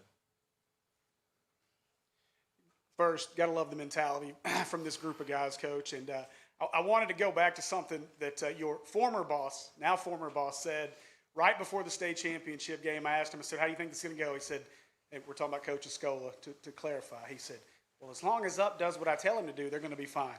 So just talk about how things going forward now that you got a new boss and how you're continuing to put your stamp on the program. Yeah, I mean, you know, I've said it before. I want to win football games. If you're in this and not to do that, you're crazy. And you're kind of, you know, beating your head up against the wall. But at the end of the day, it's all about these kids. We've been, you know, pretty, you know, blessed in the last 10 years outside of maybe Bryant putting kids into college and letting them, you know, have the opportunity to play college football. We're going to continue to do that kind of stuff and then just continue to kind of shape young men. Because we're going to win football games. You know, I talked to the guys last Monday. I said, I'm not worried about football. We're good at that. Like, we have a good football team. We have to get ready for every Friday night, the mentality of everybody wants to play us, everybody wants to beat us. We've heard it all summer. You know, we're not deaf, and we can read. And it's been pretty loud, and that's fine.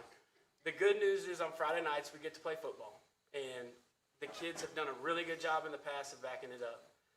And so we're just excited to play. You know, if everybody wants to play us and beat us, that's fine.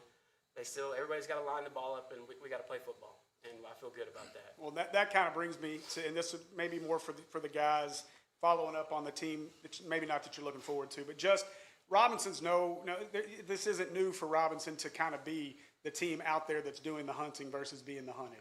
But in the 5A now, Parkview's kind of ran things for several years, but you guys really showed out last year.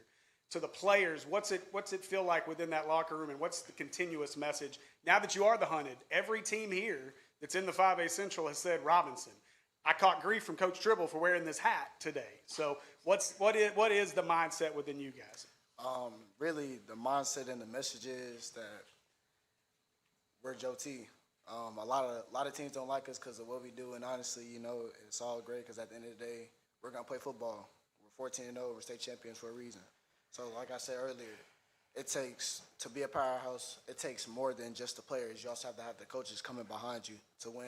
And honestly, I don't see nobody else in the state really, or even in 5A, that's doing that. We know we have a target on our back, so only mentality that I think we can come up with is just to kill.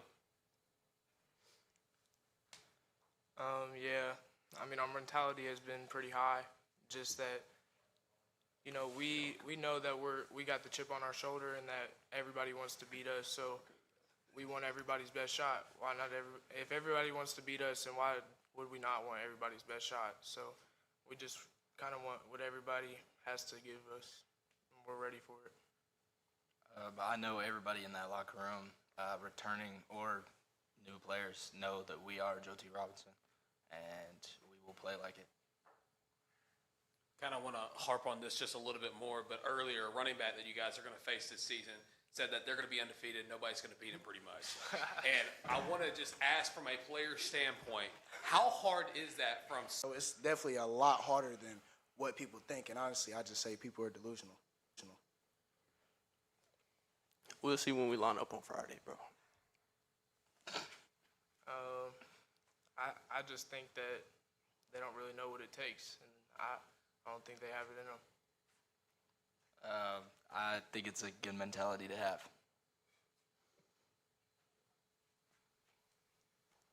Coach, guys, good luck this season. Thank you so much. Thank you so much for being here, and good luck this season. Thanks for having us. Thank you. Thanks for having us.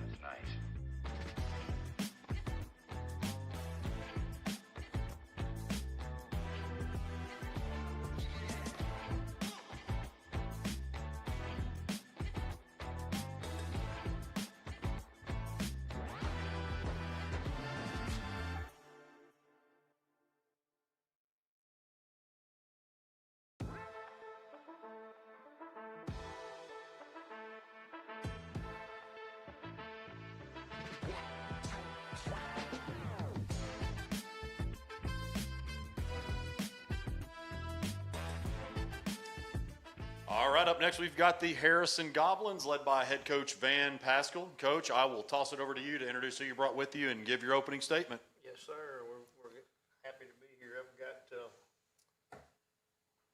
Mr. Hoppus with me here, Sky Lee, Wiley Hoppus, Kevin Jones, and Denver Worrell. And Skippity Doodah. Skippity Doodah, that's what I'm talking about. I got my word in there. Yeah, I love it.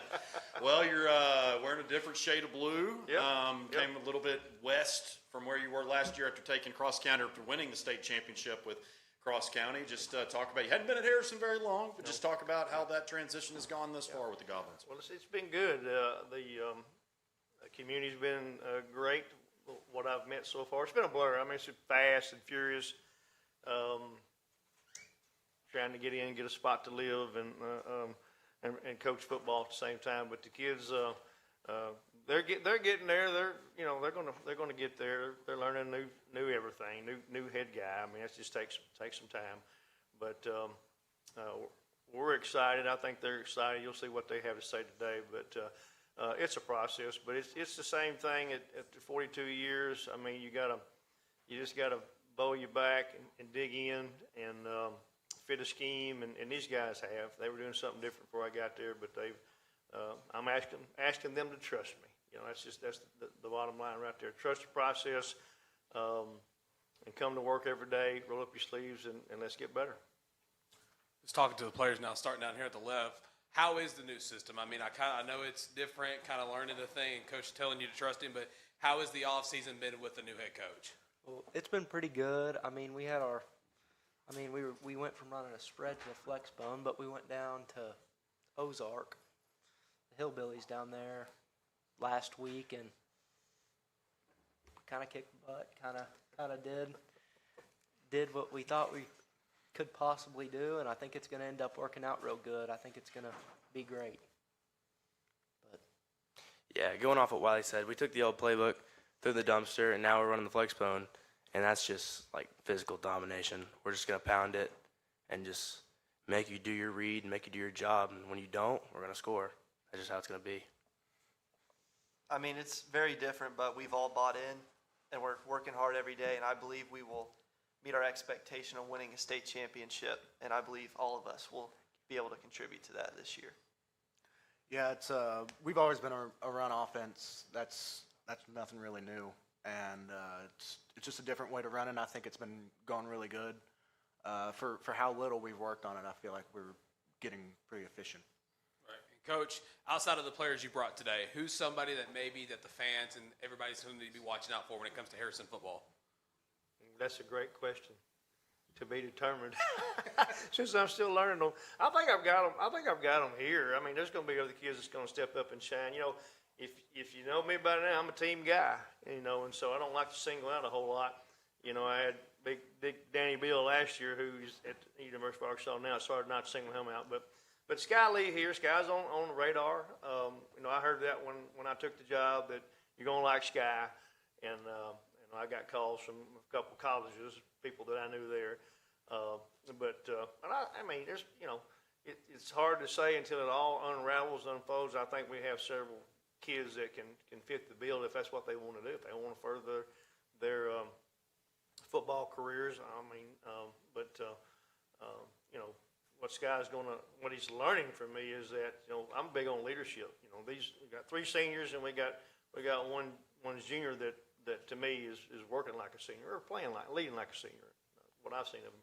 But, you know, that's what I'm looking for. And then that transfers over into the whole package of becoming a man and being number one at whatever you do every day. That's what I'm selling to these guys right here. And that we're not going to take anything less than your best every day. Okay, this question is for the players. What's the #1 game you guys are looking forward to this year? Whether it slipped away from you last year or your biggest rival, what is that game for y'all? Mountain Home. Yep. Mountain Home for sure. It'd have to be Mountain Home for me too. They've got us the last 3 years, but it won't be a 4th this year. Nope. I've got to go all in. It's got to be Mountain Home. I'll ask you real quick, Coach. You know, it was a real, actually to the players too. You know, it was a very impressive turnaround for you guys last year. You, I mean, at least as far as seeding is concerned, you upset Valley View, the top seed there. I mean, it was a West sweep in Class 5. So we'll start down here with you guys, but just talk about how much you do want to build. You know, it was a really rough 2024, but you guys really rebounded last year. So talk about how much you want to keep building on that under Coach Pascal. Well, I wasn't really on the 24 team. I was on the freshman team that year, but I knew coming up it was going to have to be a turnaround, and I feel like as a team last year, a lot of guys stepped up. A lot of things started going right that weren't going right before, and it was just a really impressive turnaround. And I see that again this year. We have a lot of returning people, a lot of the bonds that we had that helped us be back to where we wanted to be. Those are all still there, and I think we're going to keep growing. Yeah, we kind of got above and below expectations the past couple of years, but I think last year was a good stepping point for this year, and I believe we will make even a step further and have a really successful year. Yeah, for sure. The 23 season, we had a big running back, Braden Long, and we just force-fed him the rock, and he just did what he does. And then going into 2024, we had so much injuries, and that just comes into play, you know. And then 25, we really figured out like who our guys were, what their strengths were, and then this year it'll be the same thing. I mean, I'll go off what Sky said. I mean, last year we lost a couple seniors, but I think we have seniors that'll step up and fill those gaps really good, and I think it's going to end up being a great season, better than it was last year even. So, guys, just want to ask you, we've been asking a lot of the teams this, but I kind of want to get you guys' input as well. What's your favorite pregame meal, and what's your favorite pregame jam? I mean, I know a lot of people have been saying Young Boys, some T Grizzly, but how are you guys doing it down there in Harrison? I mean, I eat Subway before about every game. You know, a little steak, a little protein on the sandwich. You know, I listen to a lot of rock before game, like some Nickelback or Black Sabbath to just get my blood going, but yeah, that's about it. Yeah, I'm Subway too. Yeah, and then "Bleed the Freak" by Alice in Chains. That's my go-to hard rock song. Get you going. Yeah, I'll try to get a pregame steak for every meal. You know, gets me feeling good. And I don't really care what music we play too much. Whatever the boys got on, that's fine with me. Yeah, I'm a lineman, so I got to eat good, and so a bologna and cheese sandwich won't cut it for me. I gotta eat something big, and as far as music goes, nothing gets me going like some Limp Bizkit, some Rolling. Coach, you're inducted into the Hall of Fame on Friday. Just such an incredibly well-deserved honor for the amazing career that you've had, both as a coach and a person. But you've had a chance to be at a lot of different schools. You know, you've been Monticello, Sheridan. I mean, I won't go through them all, but you've had a chance to coach at a lot of places in over 40 years. And just talk about, you know, kind of summarize the players that you've coached, the communities that you've been in, and just how fun of a ride that's been. Well, it has been fun, and you know, there was never the aim for me is to do what has transpired, to be honest with you.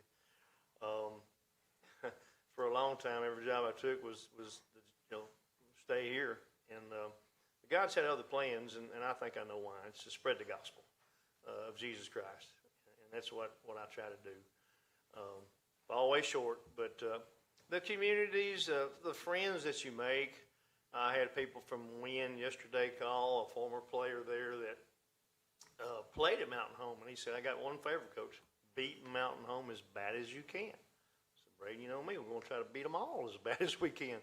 But so just you know, I've got some former players that are old men now that'll be in Hot Springs that have followed me, and still got a coach or so that's alive out there that actually coached me that you know, they follow me, and so I've tried to get those people involved and stuff like that. But just the friendships that you make, the camaraderies that come along with it, you can't. There's no price tag on it. It's just tremendous. And you get to keep hearing them say, "Hey, I follow you. I follow you." So that's a pretty neat deal. Coach, guys, good luck this season. Thank you so much for being here. Thank y'all for having us. Thank you. Thank you.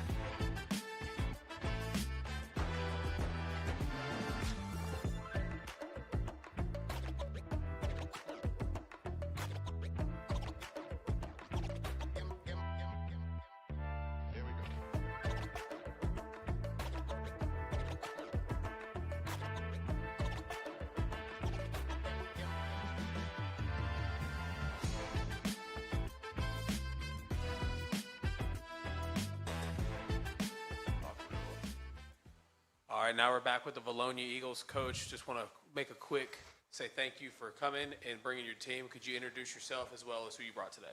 Yes, sir. I'm Kyle Russell. First off, I'd like to thank everybody involved in hosting the event. Appreciate you guys. Anytime, as much as we ask out of high school kids to play the game, it's good to get some recognition for them and recognition for our town. We have Jet Sanson. He's a senior offensive lineman. We have Ryan Deal. He plays outside linebacker for us. Dallas Bryant is our left guard, and Vaughn Fronenbarger he plays inside linebacker. Coach, just talking about this offseason, what's kind of been the motto for your team so far leading up to this new season? Like I tell people all the time about Bologna, like we're really close. We're close. We just got to find a way to get over the hump. I worked with Coach Ashcraft, who did a good job he did a really good job in the weight room and getting the program going in the right direction. And then we just have to find ways to build on that. So, off-season wise, it was obviously last year we went 3-7, and that gets mentioned a lot. What are we doing to get over the hump? Right, just kind of piggybacking off that 3-7. I mean, talking to the players now, what's kind of been the conversation look like amongst you guys to get over that hump? Well, honestly, like last year there was a lot of adversity that hit us. We had some injuries and, different things. We ended up week 10, we go and play Greenbrier, who's undefeated. Played our best football game, but for us, we felt like that was the healthiest we were, so we're right there. Things are so close. A lot of it comes into just accountability and buy-in and things like that. So really pushing those guys to those type areas, we got to take a step forward. Right, starting down here on the left, what's the offseason look like for you specifically? I mean, going down the line, same question, but what's the offseason look like for you specifically, and kind of what's been something that you've really worked on this offseason? This offseason, I've worked on being a leader and trying to lead my team. I'm as well as working on my weight and my technicality in what I do, and then just trying to make other people better. This offseason for me, I'd say I've worked on being a leader, picking up my teammates, and then I've worked on learning the game, learning what how to play the game and the way to improve on myself. Yeah, this off season has been tough so far. Going on breaks, we have like multiple breaks, spring break or not spring break, winter break and all that stuff, and it's just hard to get back at it. So we try to push ourselves to be the best we can and working out. And coach just sets a lead example for us to do that. A big thing for me this offseason has been stepping into being a role of being a good leader for our team and being a good teammate for people around me, push people in the weight room, on the field, make people make better decisions along with myself. Okay, this is for the players as well. What's the number one game you guys are looking forward to this year? Whether it's your biggest rival or a team that slipped away from you guys last year, but what's that one game you're looking forward to getting back on the field for? Man, I want to beat Greenbrier. I want to beat them bad. I'd say that's my number one game. I'd say that's my number one game too. You know, they got away from us, a real close game, and I think we should have won that game last year. Yeah, Greenbrier for me as well. We almost had it, and we played our heart out, so it was a really good game. I think when they say Greenbrier as well, it was a tough loss. I mean, should have had some things turn out differently, but it didn't. So got a last chance to do it. So a couple questions. Coach, obviously, first year head coach at Vilonia. And, you know, Vilonia's always been a very, very proud community in football. But anytime you play Vilonia, you know kind of what you're getting in terms of the style and type of play. Talk about your style, what you guys are going to do this year on offense and defense. Yeah, you know, this is my first year as a head coach, but I've been there this is going to be my 7th season. And you're right, like, everybody knows, like, our kids are going to play hard. And this year, these two guys, the Dallas and Jet came, you know, they're on the offensive line because that's one of the strengths of our team is we're pretty big up front. We should be able to run the football, and then our linebacker play from these two guys is you know, another reason why they came is that should be the strength of our team. We're going to be physical, and our kids are going to play hard, and you know, at the end of the day, it's high school football, and let's just play the game and see what happens. Obviously, old conference, now new conference. You come back to the 5A Central. Greenbrier, you know, obviously comes to you guys talk, and that's a big game. But just talk about the conference in general. I know a lot of the talk this year, or through media days so far this year, has been just talking about, you know, how strong the 5A Central is going to be, and you think about how there's a lot of kind of natural rivalry with it being really the central core of the state. Talk about that conference. I'd just like to hear from all you guys in terms of what you guys think about it. You know, the teams you'll play this year in that conference. I mean, I'm excited. There's a lot of good competition. We can go out there and prove ourselves to people that may doubt us, which is, you know, a lot of people. But I'm just excited. I think the Central Conference is probably the best in 5A, and I think we have a good shot of being up top of everyone else. And that's it.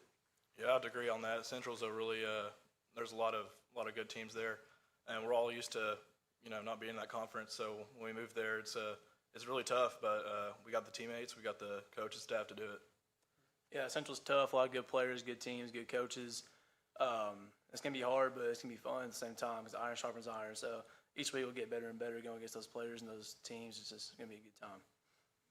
Coach, of course, you mentioned this is your first season at the helm as head coach, but what do you want your era as the Vilonia head coach to look like? I mean, I know we're talking 5, maybe even 10 years down the line, but in a world where coaches change as much as people change their pants, what is that era going to look like in your vision?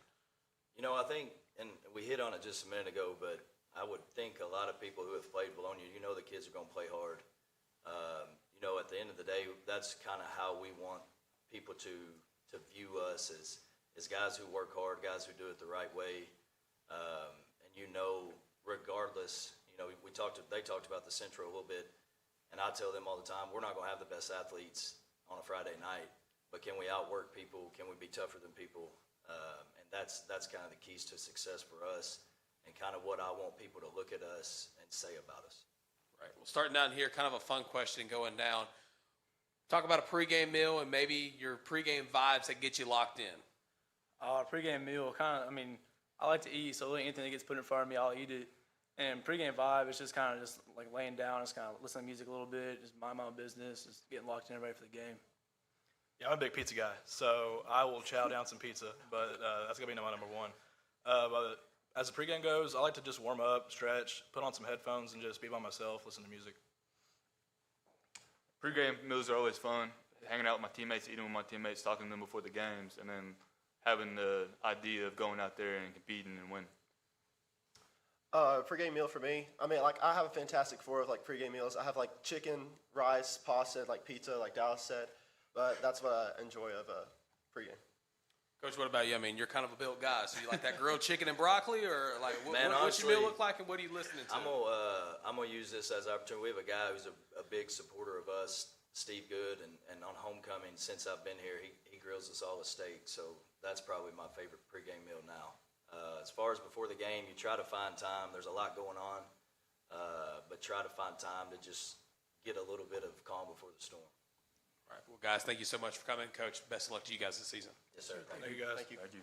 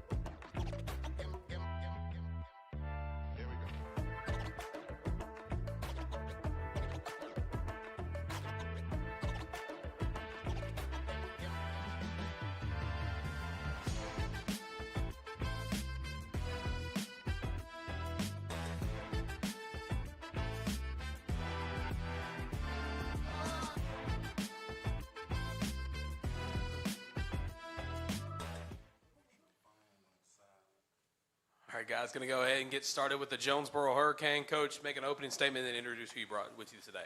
Hey, first off, thanks for having us all the way up from Jonesboro. I'm excited about this group of seniors this year.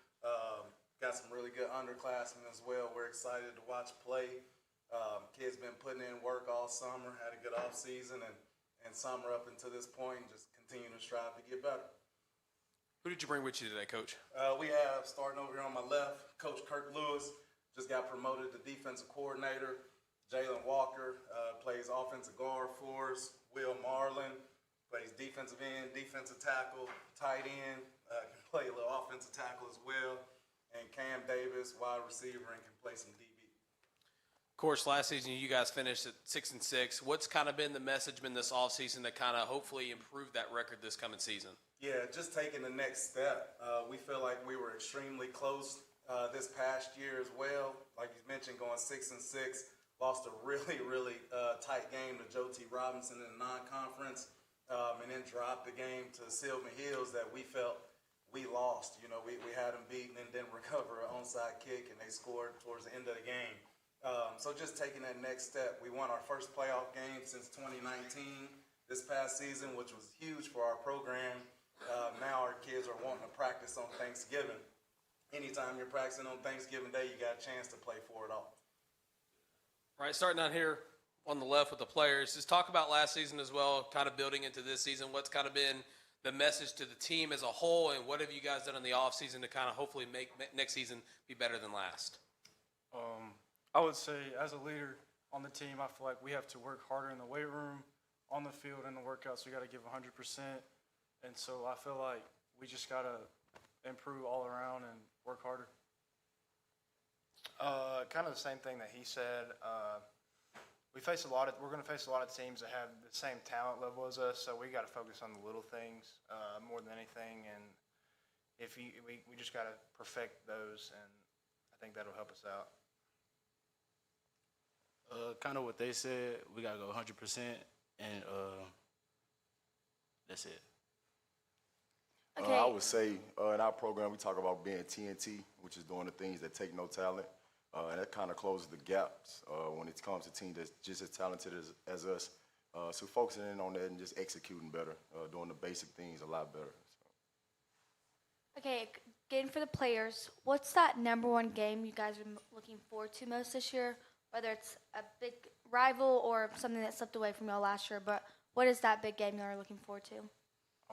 I would say for me, it's got to be personal with Valley View. I'm ready for that game. Yeah, it's definitely Valley View, but at the same time, I'm ready to play Benton and Sheridan and people like that. It would be all of them. For me personally, we opened up with our benefit game against Little Rock Central, so I think that's the one that I'm focused on the most right now. Coach, other than the players you brought today, who's somebody on your roster that you've been watching in the offseason and the summer that's really going to make an impact on your team this season? Yeah, we have a couple.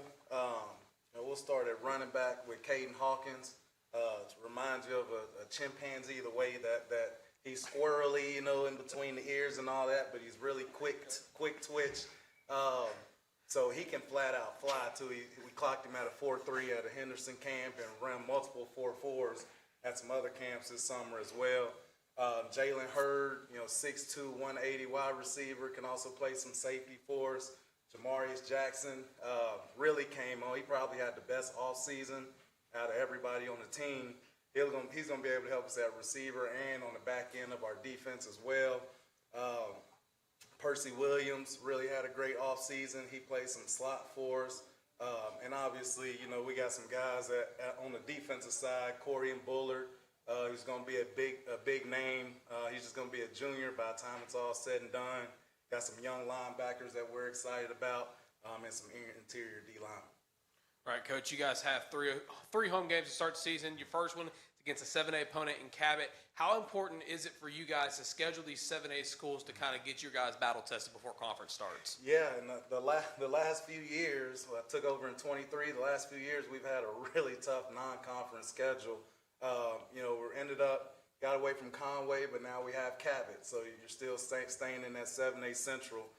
Had Joe T. Robinson, now we have Hot Springs Lakeside, which they played each other for the title game this year. So that'll be another good matchup. And then obviously playing Valley View week 2, it's going to be a really good rival game.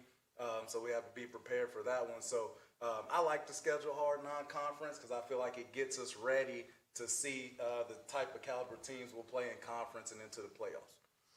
2 questions, Coach, for you. Just talk about the 6A East a little bit this year. It's maybe one of few that didn't change a whole lot from what we had the year before. So just talk about your thoughts on that. And then I also want to talk to your new DC over here. Just talk about your mentality, what you bring to the Hurricane defense, and what buy-in you're getting out of your guys so far. I think the 6A East is a tough a tough league. Before we jumped up to 7A, whenever we were down in the 6, it was not as difficult as it is now. You know, you have the addition with Benton and teams like that that are just really, really good programs.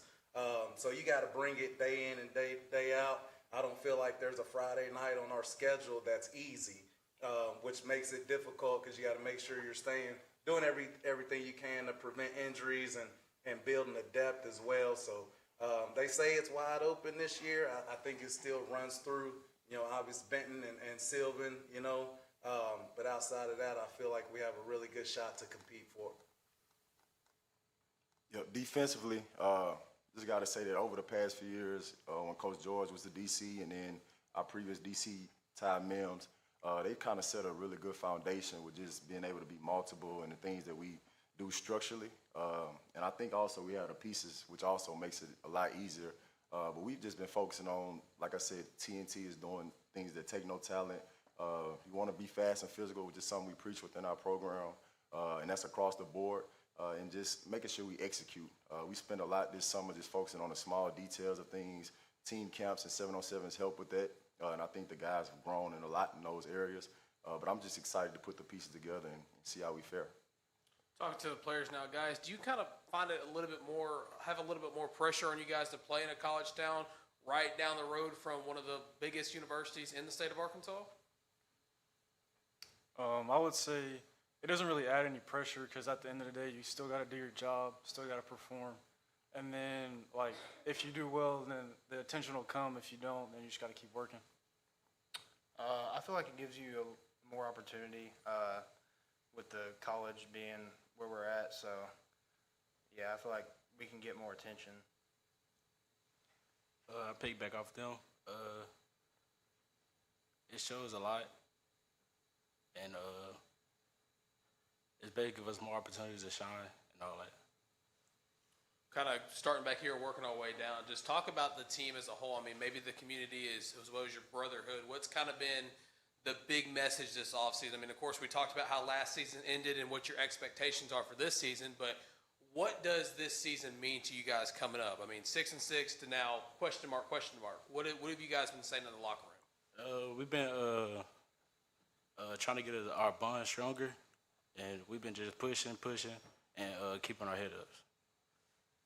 I think in previous years we've had more talented teams, but I think this team could be a little bit more special because we have like a brotherhood almost. I feel like this team, we have a good culture built in our program, and you know, like I said, we may not be the biggest or the most athletic, but we're gonna give it all we got.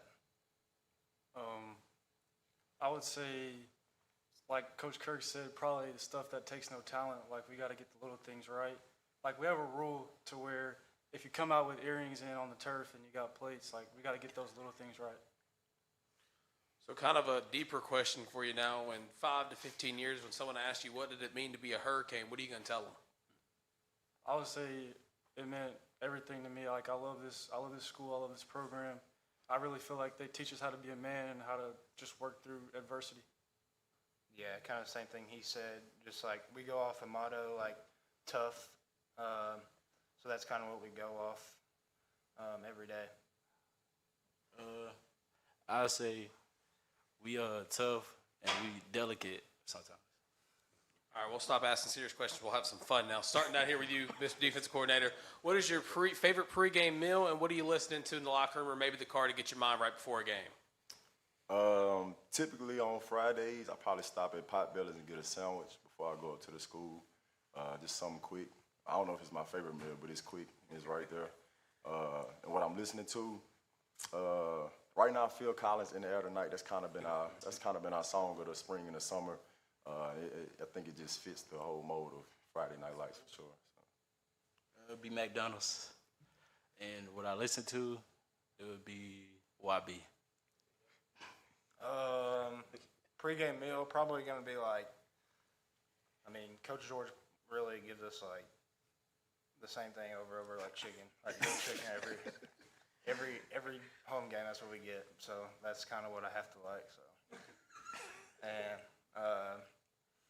probably In the Air Tonight, Coach Kirk is kind of That's like our song we go back to. Like, I like that song. I would say probably Chick-fil-A. Like, we have it for football and for baseball, so I would say probably Chick-fil-A. And then there's this song by Stained. It's called Warm, Safe Place. I feel like that song gets me mentally ready to lock in. Coach, what about you? What's your pregame meal? What's your favorite song, or maybe what are you listening to on your aux? Pre-game, I like either BA Burrito or Firehouse Subs, depending on what mood I'm in.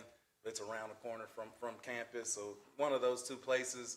And then either John Mayer Pandora Radio or Luther Vandross Pandora Radio kind of gets me in my comfort zone and get ready to go get after it. Well, if you want to know how old Coach is, he still listens to Pandora in the Big 26. Yeah. Guys, thank you so much for being here. Good luck on your season. Thanks for having us.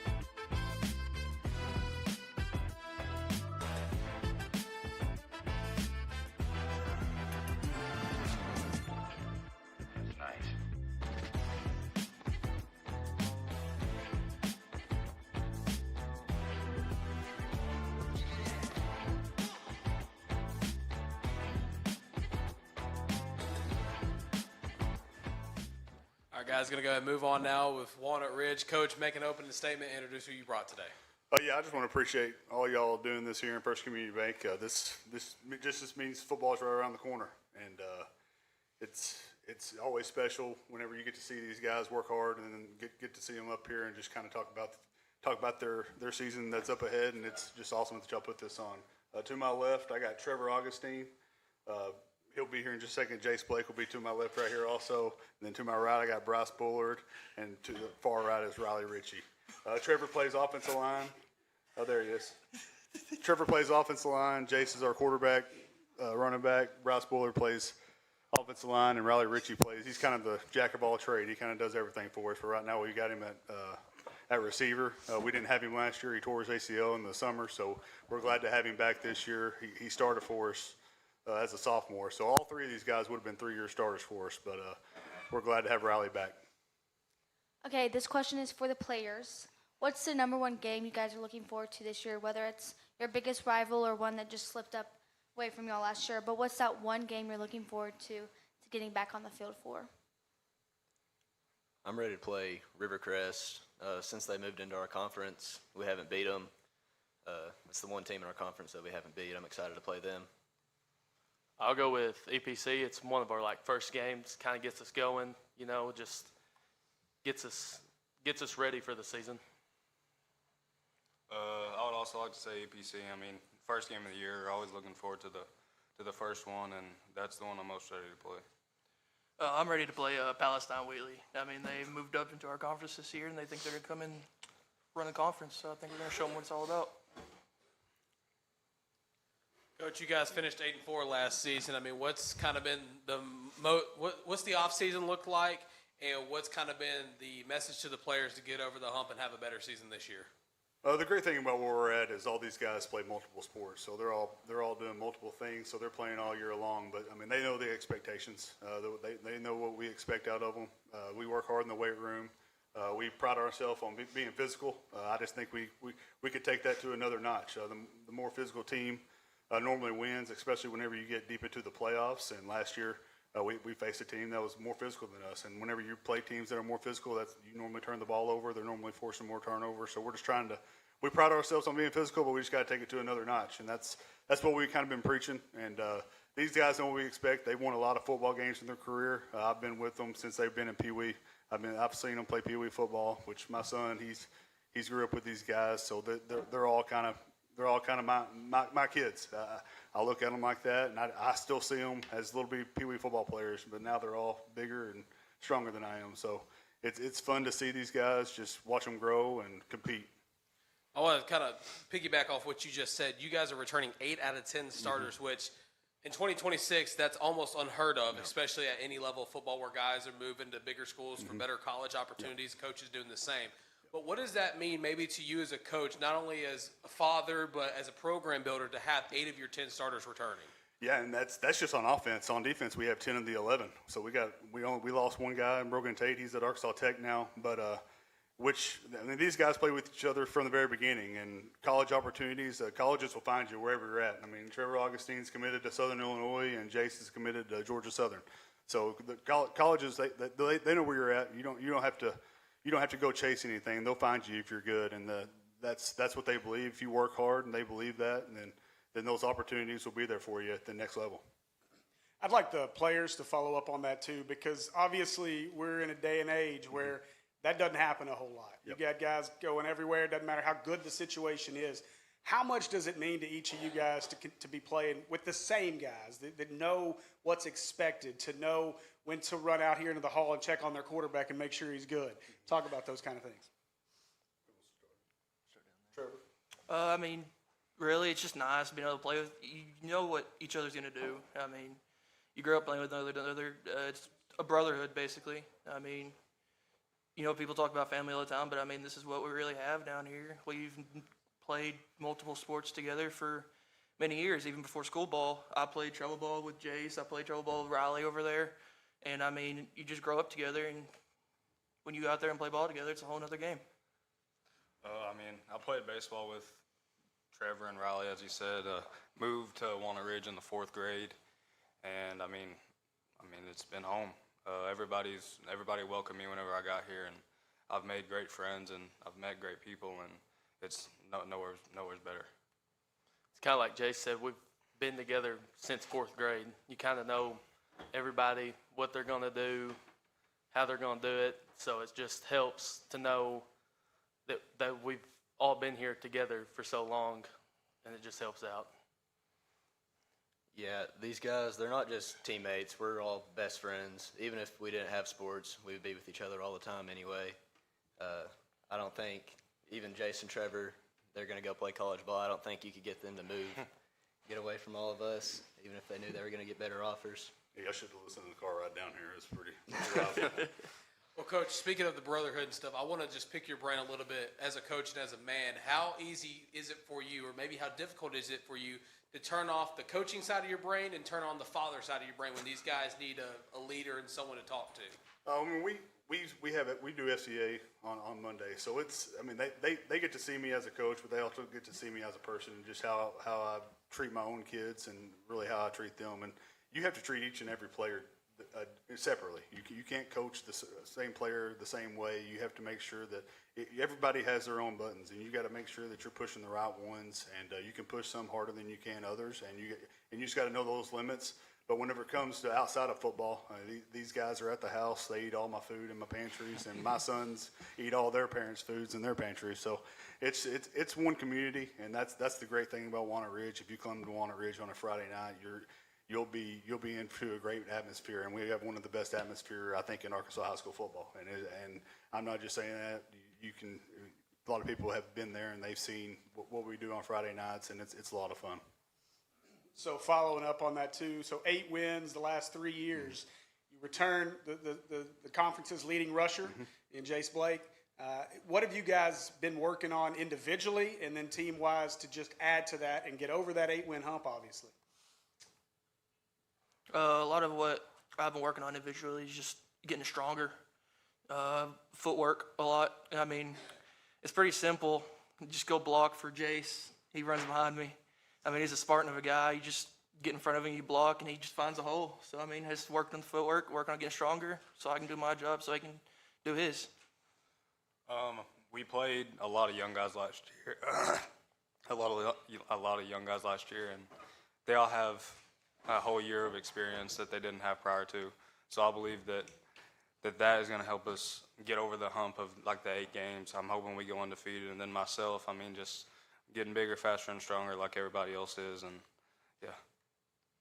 I'd say for myself, it's just getting smarter with the blocking schemes and just staying just prepared to know like where to go and where to block to. And then like during our practices and stuff, Coach Fisher helps us out with our whole offensive line and kind of keeps us going, knowing where to block to, and he just helps us out.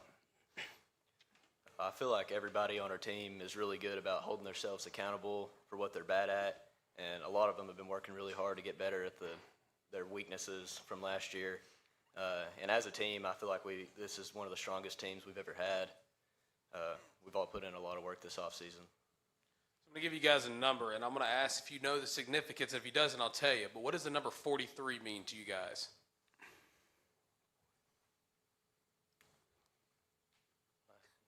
Doesn't know. Okay. So that is the points per game you guys scored last season. 43 points each game over the course of the season. And just talk about that dominance. I mean, of course, all-state tight end.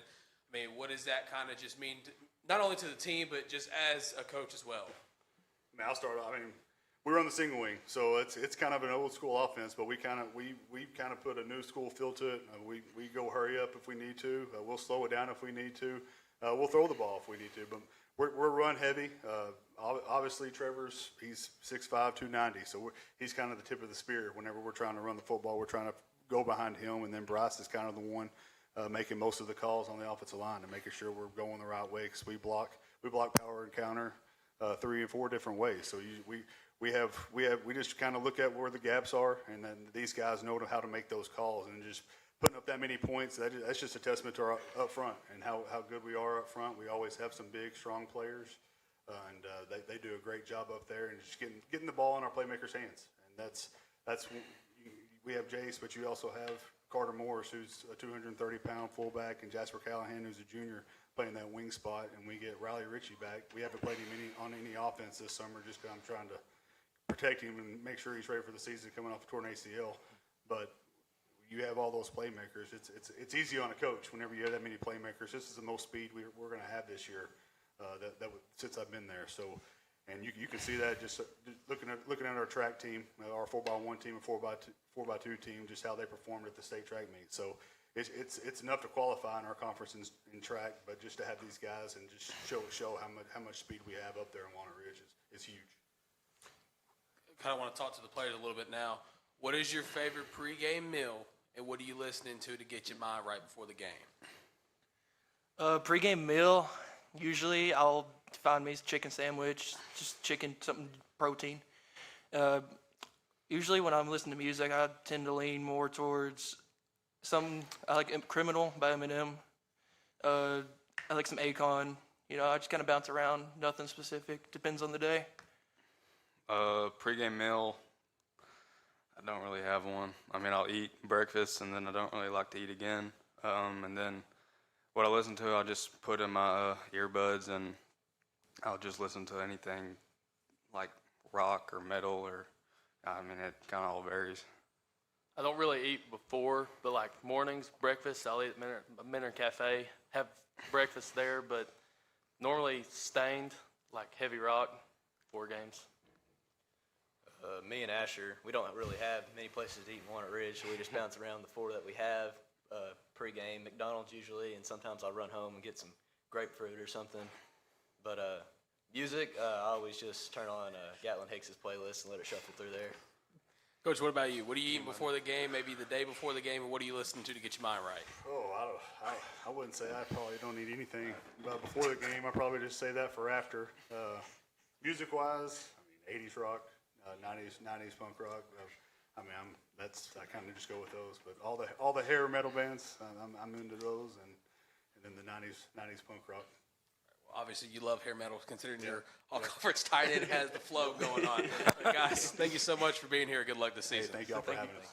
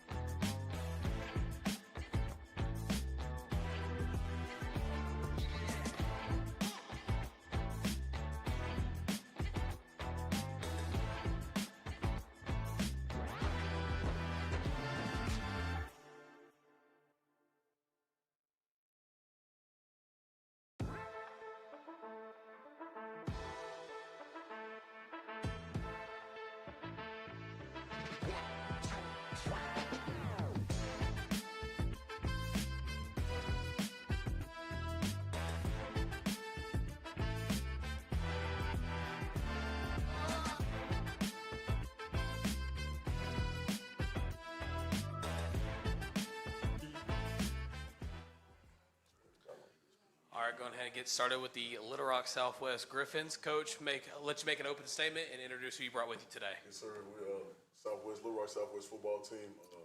Right here to the far left is James Storer, a linebacker. Corner right here, Jarrell Ware. Starting quarterback, Brady Williams, and our receiver, Marcellus Sickers. Okay, question for the players. What's the number one game you guys are looking forward to this year? Is it your biggest rival? But what is that one game you're looking forward to getting back on the field for? I'll start it off. I would say the first game of the season against West Helena, just to get the season started. I'll say the same thing because we want to see how we come out and play the whole game. I'll say that too. It's our first home game, season opener. Trying to see how we gonna play. Yes, ma'am. I'll say the same thing. First game. A lot to look forward to. Coach, kind of want to talk to you now. First season as the head guy as the Griffins. Team didn't win any games last year. What's kind of been the message this offseason leading up to week 1? Well, the biggest thing that we've been trying to focus on, we live by acronym DAT. The biggest thing we're trying to have discipline, accountability, and toughness. So that's what I've been trying to instill in these guys every day. We're trying to build that new Griffin football. We're seeing it every day. We work out. We work in 7-on-7s, team camps, and all that. We've been seeing a different type of football team every day. So that's been the biggest thing is discipline, accountability, and toughness.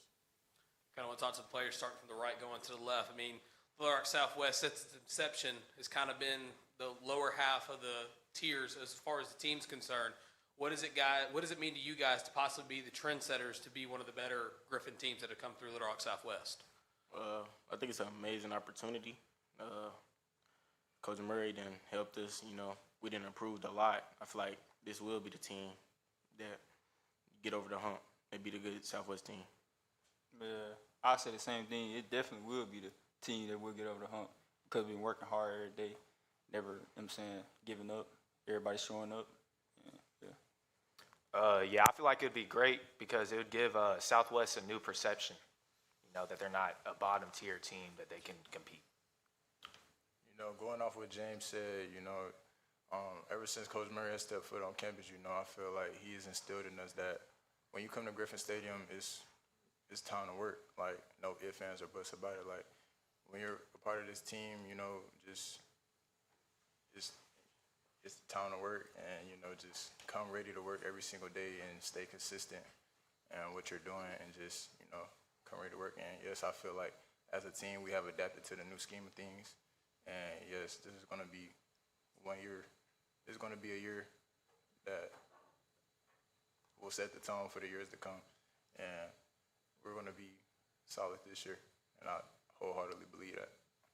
Following up on that, Coach Murray, come to you. Obviously, you a fellow Bryant graduate, so looking forward to seeing what you can do over at Little Rock Southwest. But talk about bringing that winning tradition, what's been going on at Bryant, trying to bring that into Little Rock Southwest. I know there was, some efforts of that previously with some other staffs, but you come in maybe a little bit of a younger guy that can relate with some of these guys as well. Yes, I've been. It's hard to say it, but I've been a winner most of my life in every program I've been in as a player and as a coach. So, coming into a situation like this, just trying to get these guys to adapt to a new way. The Bryant way, when I went to Bryant, it was the same thing. I was under Coach Cali there, and we always knew every time we stepped on the field, we wanted to win the football game. And that's been the biggest thing, trying to get these guys to understand this. No matter where you came from, 0-10 or not, we have an opportunity to succeed in year 1. We want to be able to do that and make guys know when they come into our stadium and we go to their stadium that it's not just a game they circle as an easy win. So we want to be able to compete every day. And that's been the biggest thing I've been trying to get these kids to understand. And to play off that question, Coach, you played college football and in the NFL. Yes. How can you take that experience to lead your players to win at football and life? Yeah, so with that being said, my players that I have here, they hate me talking about it, but at the end of the day, I was able to get to the highest level there was. Just being able to get that college mentality of showing up every day and no excuses. When you get to the college level, when you get to the NFL, you know that, you got to step out every day that you're out there and compete every day because your job is on the line. So that being said, coming from that culture of playing college football and being in the NFL, I'm trying to get these kids to realize they have that opportunity as well.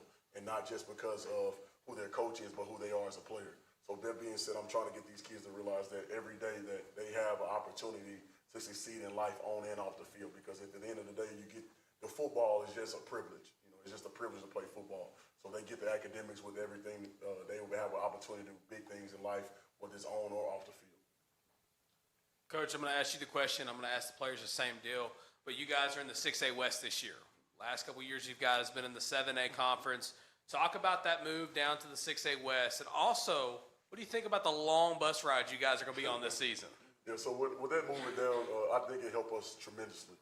The 6A conference is still going to be a really good conference and some really good football teams. They're going to be well coached, but I think we're able to compete with those guys. And you know, being in a situation that we're in, a lot of people don't know who we are as a team yet. So you know, coming into a conference like that, people are going to have doubts or trying to figure out what we are trying to do. And just being in that conference allows us to compete, in my opinion, a little bit better than we was in 7A. Hopefully at one point we get back to that level, but just dropping down should help us a lot, and I would love to see how this season goes. Starting out here, same deal for you. I mean, you guys in the 6A West this year, was in the 7A conference before. Talk about that and the long bus rides. I think dropping down, I still think they'll doubt us. You know, I feel like they still got Southwest circled as a win. I feel like we're gonna come out and show them different. I feel like the long bus is bus rides just feel like it's normal. We had some long bus rides last year too. I feel like we're gonna go to 6A and dominate, and the bus rides really normal for real. And like Murray said, we are a new team, so they really don't know how we play yet. But there's still some great competition in 6A that I'm glad to go against. And I personally don't mind the bus rides. You know, it's some more time with the guys. So. Yes, I feel like playing in the 7A, playing some of the better teams in Arkansas, I feel as if that somewhat prepared us, to go down to 6A. And I honestly feel as if we, as a team, can dominate on that level, and heading into this year, I know that the teams that we're going against are probably going to have a circle that's an easy win, but what we've been doing for the past months, all the hard work we put in, it's, I don't even know the word for it, but yeah, but the long bus rides, that's nothing. We're still gonna get on every bus and with the same mindset, just dominate each and every game. So yeah, the bus rides, that's nothing. So, Coach, you return 8 guys, 8 guys basically, 4 on each side of the ball. I want to ask you a little bit about numbers. Obviously, moving down to 6A from 7A, hopefully that helps you guys out just a little bit from an overall numbers perspective. Because when you look at 7A, I know this guy beside me here, he does play-by-play for Pulaski Academy, and one of the big things there is numbers. And when you start to get to the second half of games against the Bryants and the Conways and schools like that, it's hard to continue to compete. And you saw a lot last year at times with you guys, even at 7A.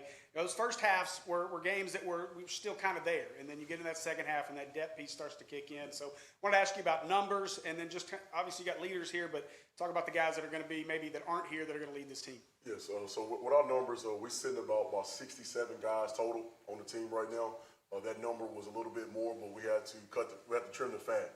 So, by trimming the fat, you lose a couple guys, but for right now, we're sitting about anywhere from 65 to 68 for his total depth. Also, with that being said, with those numbers, I know it doesn't sound too crazy right now with being us in 6A, but with the school we in, those numbers are going to be that way. We have a couple other guys that's going to help us a lot that are not here. These 4 guys are tremendously going to help us. We also have Mario Maxwell that's going to play a lot of snaps for you, Tyler Jackson, Moray Stewart. We have a plethora of guys that we have on our football team that can help us every single game. They're just the 4 guys that I feel like I like a little bit more than some of the others, but I wanted to bring them here. So, with that being said, we have a couple more guys that we can help us win football games. Well, we talked about the chips on your shoulders and kind of going off chips. What is you guys' favorite pregame meal? And what are you guys listening to in the locker room and on these bus rides, getting your mindset ready for the game? We're going to start here, going to go down, and then we'll come to you, Coach. We listen to anything YB. We the best. The eats, we really just be eating out. I'm good off that. Yeah, I'll probably say the same thing. YB really like that. And probably like a burger or something. Yeah, I would say that Chick-fil-A is probably my favorite pregame meal. The chicken sandwich is pretty good. But music-wise, you know, I just like to turn on something to get the guys amped up. You know, they all like NBA YoungBoy, if you can't tell. But Man, my number one pregame meal always gonna be McDonald's. Like I love McDonald's. I just got through eating McDonald's before I came here, so yeah. My song that really get me locked in, I say any song by Chucky. Like that's number one song, get me turned, you know, locked in, ready. But yeah. Coach, what about you? What's the pregame eats look like, and what are you bumping? Is it Young Boy? Is it something different? Man, these guys, man, they love NBA YoungBoy. I'm a younger coach, man. I listen to a little NBA YoungBoy, so I know all about them. But for the most part, man, when I get on the field and travel and stuff, I try to be in silence so I can think. So that's been the biggest thing. As far as eating, man, I love anything. I'm a bigger guy, man, so to me, anything will work for me. But if I had to go with anything, it'll be a cheeseburger. So that's pretty good for me. So. Definitely going to be a mountain climbing season for the Griffins. Coach, thank you so much for being here, bringing your players. Good luck this season. Thank you so much.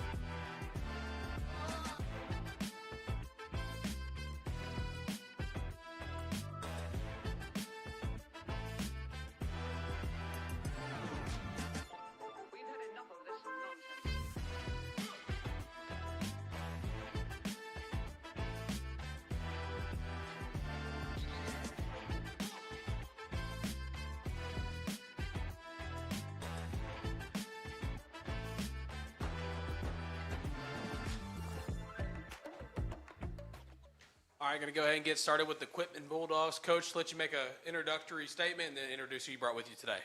Awesome, yeah. Well, first off, I just really appreciate y'all doing this. This is huge for our sport, growing our sport. Coverage is a big thing, and I know y'all have had a big 3 days, and just really appreciate y'all doing this and letting us be here. Second thing I want to say is I'm just very thankful to get to do this, to get to be the head football coach at Quitman. I was an assistant coach at Quitman for 7 years. That was my first job out of college. So it's great to be back as the head football coach, and thankful for Michael Staggs, our superintendent, for entrusting me with this role. Got to work with Coach DJ Mars for 7 years. He was the previous head coach. He's a huge part of my life, big mentor. Did a lot for me to prepare me for this. So I hate that he's not in football anymore. He's doing other things and having success with that. But just really thankful for his leadership and glad that I get to continue the work that we built for the last 7 years. So I'll introduce these dudes. I'll start over here on this end. This is Caden Harnick to my far right. He is going to play left tackle for us. He's a 3-year starter on the offensive line and on the defensive line. He'll play left tackle. He's played left guard the last couple years. Slide out. He'll play defensive end also. He's the leader of our team. He's got a handful of offers, big-time player. So we're excited for the senior season he's going to have. to my right here, closer to this side, this is Malachi Goodrow, also a 3-year starter. He's going to start for his 3rd year at linebacker. Also moved to running back this year. He's our leading tackle returner. So really excited about him, the year that he's going to have. Right here to my immediate left, this is Jacob Green. He'll be a 3-year starter at right tackle. So excited about him. He'll also play nose, big time part of our offensive and defensive line. And then on the far end there is Caleb Ellington. He'll play tight end for us, and he will play on the defensive line in some different spots. Caleb's a little different than the other 3. The other 3 are all 3-year starters. Caleb's a senior and has kind of had to work into this role. When I got back to Quitman in January, his thing that he said to me in the weight room was like, Coach, I'm tired of being on the sideline. So he's going to play a lot this year and be a big part. And one thing I want to say about all 4 of these dudes is they're all Quitman guys. They've all played all their high school career at Quitman. They've played their entire junior high careers at Quitman too, which is kind of rare to say today. So I'm really proud that we can bring 4 dudes that are all seniors that have all played their entire careers at Quitman. So. Okay, question for the players. What's the number 1 game you guys are looking forward to this year? Maybe it's a game that slipped away from you or your biggest rival, but what's that one game you're looking forward to getting back on the turf for? I'll start off. Salem, definitely. Our history with Salem. It's not been very good in the past, but I feel like with our leaders and the way that we're going to play this year, I feel like that we have a really good chance against them. And it's always been a huge rivalry against them, so I'm excited for that game. I'll go next. I would say hopefully to meet Atkins again, because I don't think it ended right last year. For me personally, I'd say Salem, because I know we can beat them. I know we have the capabilities to beat them, and we haven't in the past. So when we beat them this year, it'll be a great jubilee. I would also say Salem, just because I feel like we definitely could have done a lot better, and I feel like we can definitely go back and beat them. Coach, you guys finished 7-4 last season. Talked about being at Quitman for a while, but talk about just what this season means as your first as the head coach, and what kind of standard you want to set in your first season. Yeah, absolutely. Well, I'll go back to answer that. I'll go back to 2018 when I started at Quitman my first year, and at that point, Quitman, the football program wasn't necessarily in a great place. And that's, speaking of Coach Mars, like that's what he did. We've qualified for the playoffs the last 8 years, I guess, actually, including last year. And so the playoffs have become a normal thing now. So now, like, stepping into this role, it's all right, how do we take the next step, which is where it's not like making the playoffs isn't a big deal anymore. So what's the next thing? Let's go make runs in the playoffs. So making playoff wins the normal thing rather than just playoff appearances the normal thing. So that's kind of where we're trying to get and be a little more competitive once we get there. Right, of course, the season's right around the corner. I'm going to ask you this question, ask your players the same as well, but I mean, with the season just around the corner, I mean, you guys kind of feeling it? I mean, what's kind of been the vision board statement? I mean, what are you saying to your players, and what is Coach saying to you guys ahead of your first game of the season? Yeah, I can answer first, and I'll let Melo go.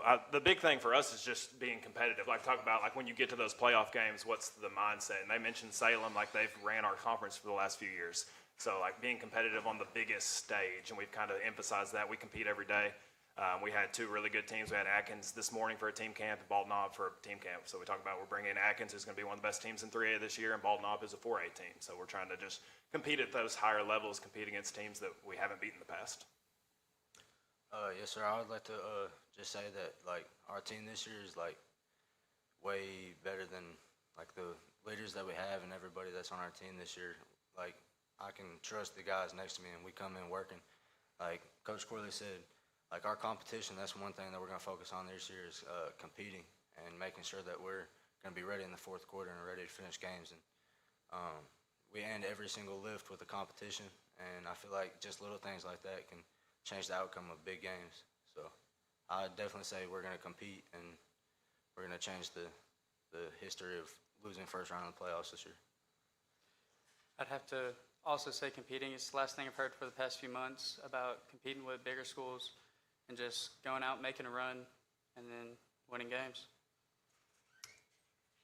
One thing that I know coaches always talk to us about is working when you're tired.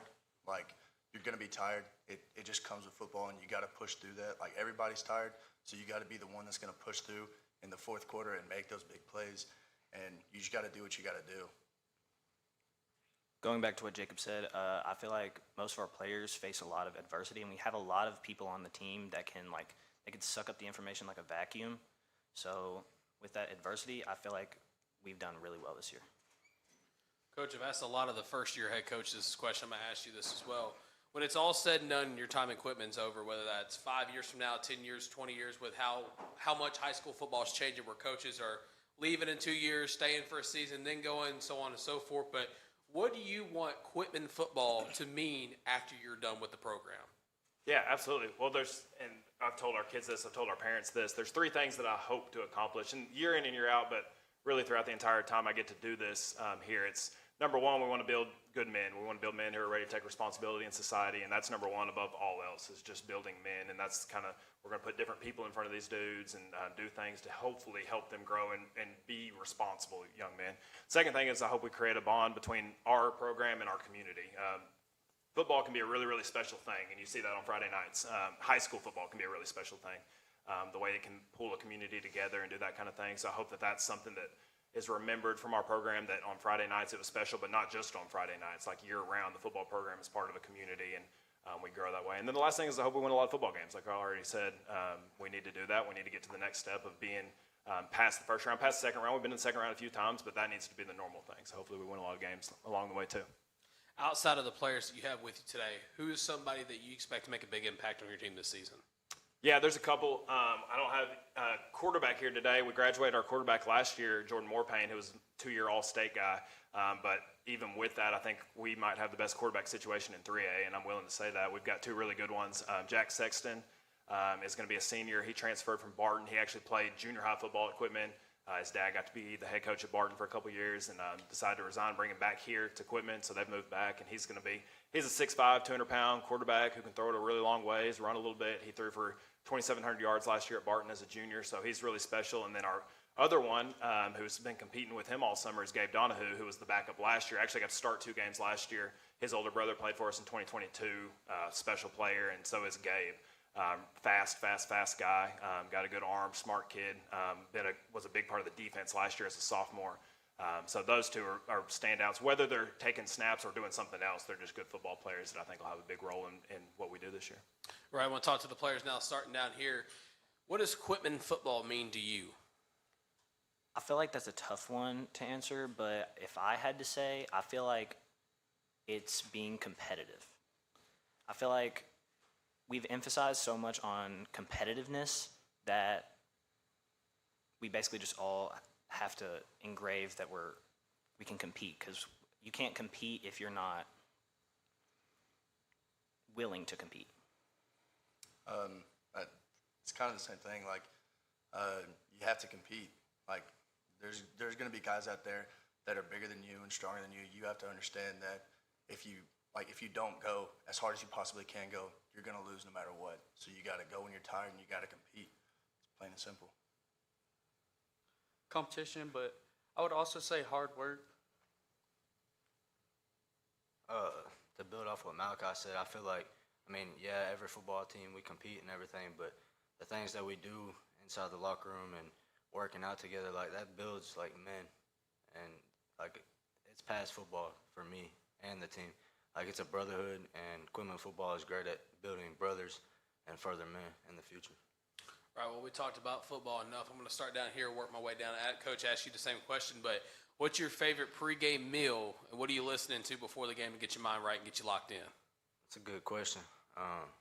I definitely have to say pasta, get some of them fast carbs in there so I'm good all game, keep my energy up. And then I'd probably have to say 2018 by Rod Wave, be my go-to. I would say Sliders, and then a song called Say It's Not Over. I'd say spaghetti or some lasagna. My go-to song is always Even Flow by Pearl Jam. Gets my mind right. Kind of depends on who makes it, but I really like lasagna before a game, and I'm more of like a silence before a game kind of guy, so I usually don't really listen to anything. Coach, what about you? What are you eating before the game, and what are you listening to? Maybe not even right before the game, but maybe the week leading up to the game. Okay, yeah. Well, I chew a lot of sunflower seeds before the game, so I'll say that. The other thing, I'll give a shout out. Lindsay Trout Resort up in Heber. They came a couple of years ago and did steaks for us, steaks and potatoes, which was fantastic. And then it was so good, I guess we talked it up enough. They came back a couple of weeks later, so maybe we can get them back again. That was good stuff. Music-wise, I'm a country guy mostly leading up to it. Try to stay kind of calm. I'm a big Alan Jackson guy. Shout out, he just played his last concert. So do that. If we're going to go hip hop, I tell these kids all the time, when I was in high school, we got to listen to Drake and Kendrick Lamar at the same time. We didn't have to pick a side, so we can go with both of those together. So, Well, Coach, guys, thank you so much for coming out, and best of luck on your season. awesome. Thank y'all. Thank you.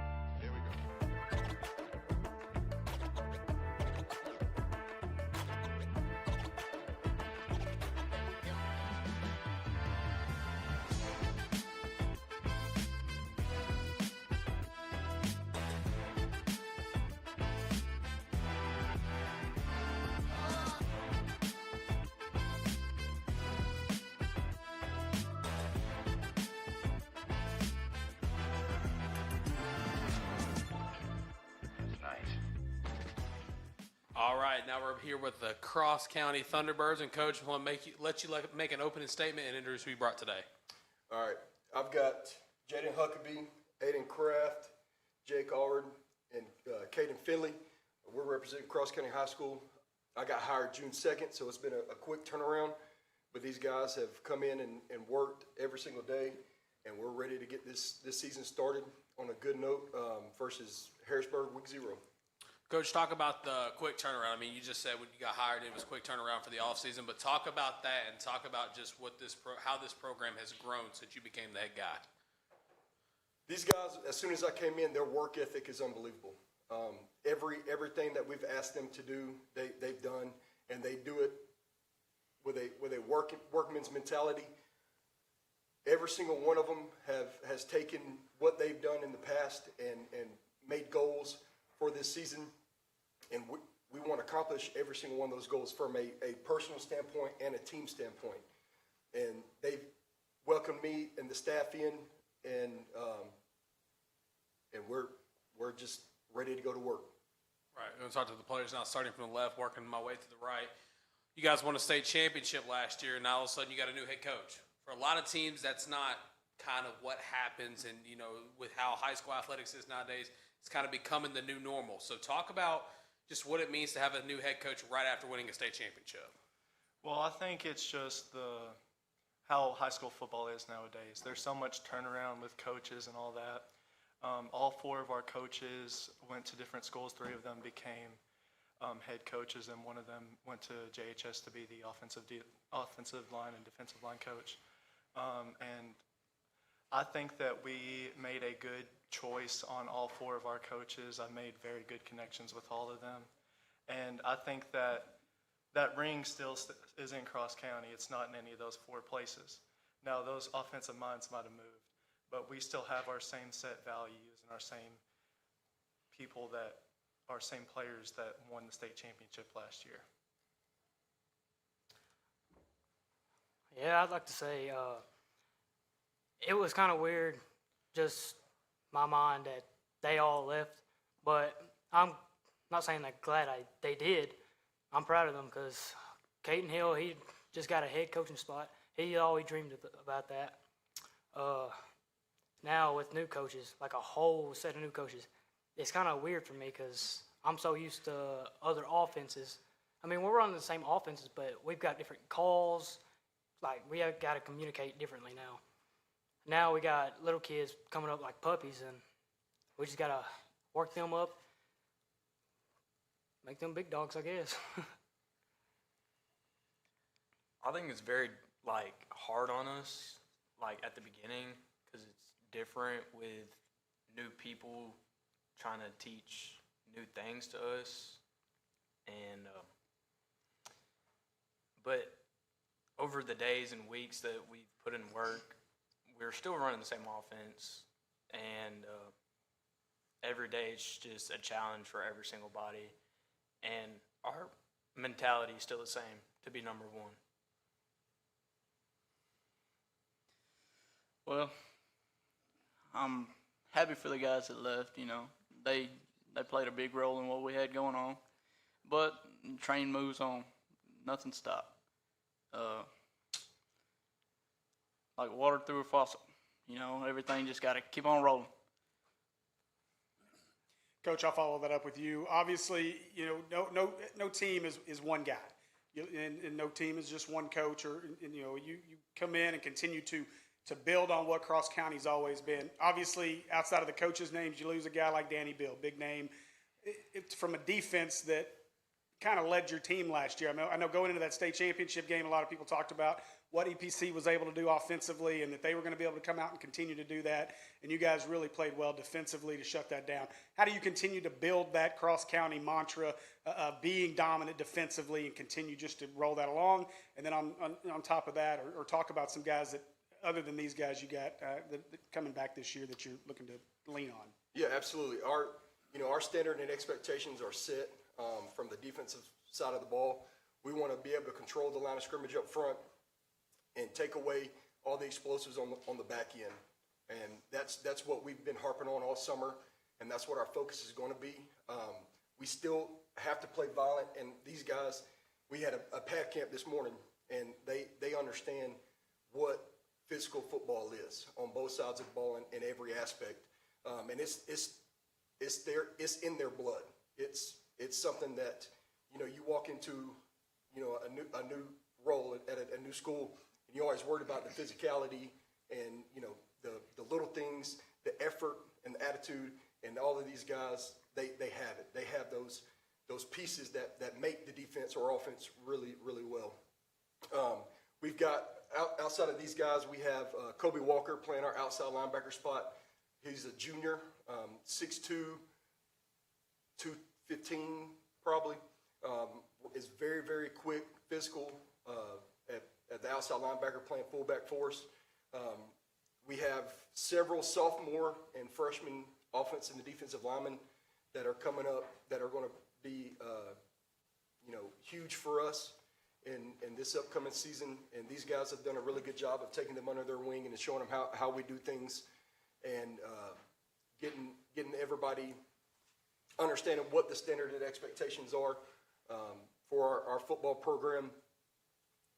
And then we've got two tight ends for us. One's a sophomore, one's a junior, that are going to do a little bit of everything. They're going to be able to catch the ball on some routes and still be able to downhill run the football. So I don't want to talk to the players now, starting this way, working our way back to the left. But looking at the schedule, what's one team or one game you've got circled on your calendar that you guys are ready to play? Well, winning the state championship, we really got a target on our back, I'd say. So anybody who really calls shots, you know. But in my opinion, I'm really looking forward to Desart. Like you said, we do have a really big target on our back this year from winning state. And this will be my second year at Cross County, but I would say Desart as well. Yeah, I've got the same mentality as them. Desart last year, they didn't have good sportsmanship against us, and it clicked something into me. It's not something you do. You don't call people names and all that, which I'm not going to call them out. They're a good team, but that's one of the teams I'm prepared for and ready. Well, I grew up against one of our biggest rivals. I grew up in McCroy, so I've always looked forward to playing McCroy every single year. I know all the guys on the team, and I talk to them a lot. And so I just look forward to that game every single year. Coach, your defense was the best when it came to not allowing points. You've got a guy at the table, I'm not going to mention any names, that had 136 tackles last year. What was kind of that conversation when you became the head coach? I mean, was it just something like, hey, let's keep the same, or was there something that you changed to make that production even better? No, I mean, it's his mentality. That's all it is. When, technique could change, some of the schemes could change, but it's all about mentality. And he's been a vocal leader for us on our defense, and he understands what it takes to have, 100-plus tackles. And I'm excited to see, exactly what he can do when he steps in between those white lines. Aiden, this one's for you. Obviously, coming off an All-State performance last year on the defensive side of the ball, now you're going to be operating things in the offense. Talk about that and what you've done to prepare to be the leader on the offensive side. Yeah, like I said earlier, we got a lot of new kids, so I really got to step up to this leader position, hold myself accountable when things I mess up, because I still do it, honestly. With all these new plays and coverages we got, which these little kids, they're having a hard time trying to get the call right and trying to cover right. But I got to be prepared to help them out, coach them up, and be a leader that I should be. Well, we're going to go ahead and ask a fun one now so you guys can kind of loosen up a little bit. You guys look like you're ready to get on the line and run me over. Now, I don't have some pads, but I'm sure Coach can give me some, and we can line up. We can line up now. But anyways, what is your favorite pregame meal, and what are you guys listening to before the game gets going? We'll start right down here. Towards the semifinals, we got fed by some people in our community that own some kind of barbecue food truck. That was definitely the best pregame meal I've ever had. I don't even remember what it was, but I just remember it was good. What about music? What are you listening to? Probably some, I'd say some, probably Bush or probably really just Bush. My favorite pregame meal would probably be barbecue, like he said. We always got fed really good before games, like, I don't know, pulled pork and stuff, just really good. And my pregame music probably be like Lil Baby, honestly. Before a game, we had fried chicken one day, and I love fried chicken, so I enjoyed that. And I remember I always listened to California Girls dancing around, trying to get my momentum up and get happy before a game, so I'd lose all the nervous in me. One day before senior night last year, we got fed by, I'll say his name, Craig Walker. He's one of the biggest members of our community. Those were the best chicken legs I've ever had in my life. But mainly before games, I'll listen to rock, some Creed, some Alice in Chains, Nirvana, those types of music.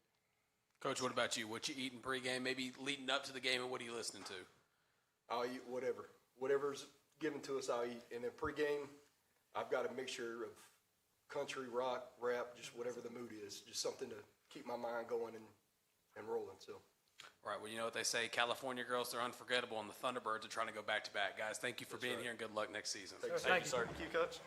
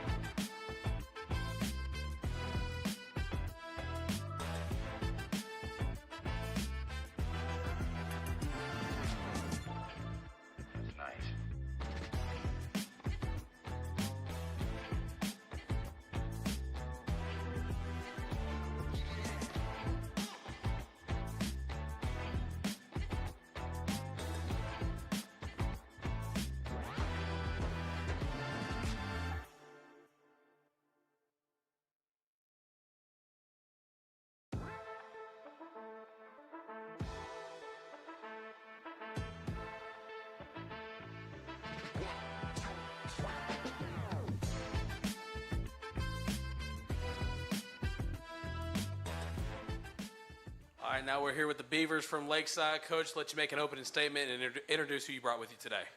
Yeah, first off, we want to thank you all for having us. We appreciate y'all for inviting us out. To my right, have senior lineman, D-line, O-line, Dalen Johnson. Got senior running back, fullback, quarterback, a little bit of do-it-all in the backfield, J. Martin Artley. And then we have senior linebacker, Jamarcus Jones, who led us in tackles. I think he's the leading tackler returning in the conference this year. We're looking forward to having a good year. You know, people, they underestimate us like always. You know, they have us picked 6 in that book that we won't mention. They have us picked to finish 6 in the conference. You know, we're underestimated. I feel like Remy in the movie Ratatouille. Nobody expects us to do what we're supposed to do, but we do it anyway. We find a way to make it happen. So I feel that we're destined to have a good year this year. People are expecting us to miss out because we're losing our all-state rusher in Roderick Cunnick. He graduated. He's going to Arkansas Tech. But we have a lot returning, in my opinion, and I think we're going to surprise a lot of people. Okay, question for the players. What's the number one game you guys are looking forward to this year? Whether it's your biggest rivalry, one that slipped away from y'all last year, but what's that one game you're looking forward to get back on the turf for? I'd say the number one game we're looking forward to is the Dumas Bobcats. You know, I feel like we're just going to, honestly, that game is going to be like a pre-run for the season. You know, I'm not really too much worried about them. I'm definitely excited for the game to play them inside Dumas for my senior year, for our senior year. It's definitely going to be a spectacle to see playing them for sure. One of my most wanted games is Fordyce and Fordyce. It's always hard to play them, especially in Fordyce. Mine, I'll probably have to say Drew Central. You know, we play them on their homecoming, or really we always play them on their homecoming, but we have yet to beat them on their homecoming, so I'm really looking forward to beating them on their homecoming. Coach, you go from 1 win to 5 wins. What's kind of the message to the team as you guys continue that climb to eventually be maybe a 7 to 10 win team? Yeah, well, you know, we always try to tell the kids, you know, as a Baptist preacher, you know, I try to teach them and preach the Bible to them. You know, Ecclesiastes 3 talks about to everything there's a season. And, you know, we planted our seed. Now it's time to pluck up what we planted. And I think, you know, we're at the point where we're turning the corner. You know, the previous coaching staff prior to me and Coach Darren Toney taking back over was 1-9 and 2-8. So they won 3 games in 2 years and beat nobody in the state of Arkansas. So to come in and win 5 games, I think, was impressive. I think we're the only team during the regular season to beat Fordyce, beat them 21-6. Then turned around and beat Rise in the next week 52-12. And both of those teams we hadn't beaten over 20 years. So that sets the tone for us going forward because now we're able to get past that stigma that those teams can't be beat. I think that kind of sets the groundwork and lays the foundation for what's to come next. And I think, like I said, we're going to surprise a lot of people. Coach, you talk about the dynamic of having 2 head coaches yourself as Coach Toney. Just talk about that a little bit. That's not something you see a lot across the landscape of football or any sport. So talk about that dynamic. Well, I think that dynamic, it works for us because I'm more of an offensive guy. Coach Toney, of course, is a defensive guy. Played defensive back at Arkansas State. Went on to play for the Panthers for a little while and played in the Canadian Football League for a little while. So he has a strong defensive background. I think what helps us more so than anything is the fact that he and I are both alums of Lakeside. We both graduated. He's a 2003 graduate. I'm a 2011 graduate. So our picture's on the wall in the hallway. So that makes a difference when you talk about trying to coach kids in the same communities that you grew up in. You know, I'm a product of consolidation. I'm born and raised in Eudora. I was there. I got to experience the consolidation in 2006. So I have a little bit of a different mindset when it comes to that and the ability to bridge the 2 communities together and the 3rd community, including Montrose, which, you know, we get those students as well. So I think that dynamic for us tends to work because we don't have an ego. We don't have an ego. It's about doing what's best for the program, doing what's best for the kids, because ultimately all we want to see is the program successful and the kids do well. So this one's kind of for everybody, but, you know, I maybe poke the bear a little bit here, but obviously you guys, you know, a good season last year, starting to build in the right direction.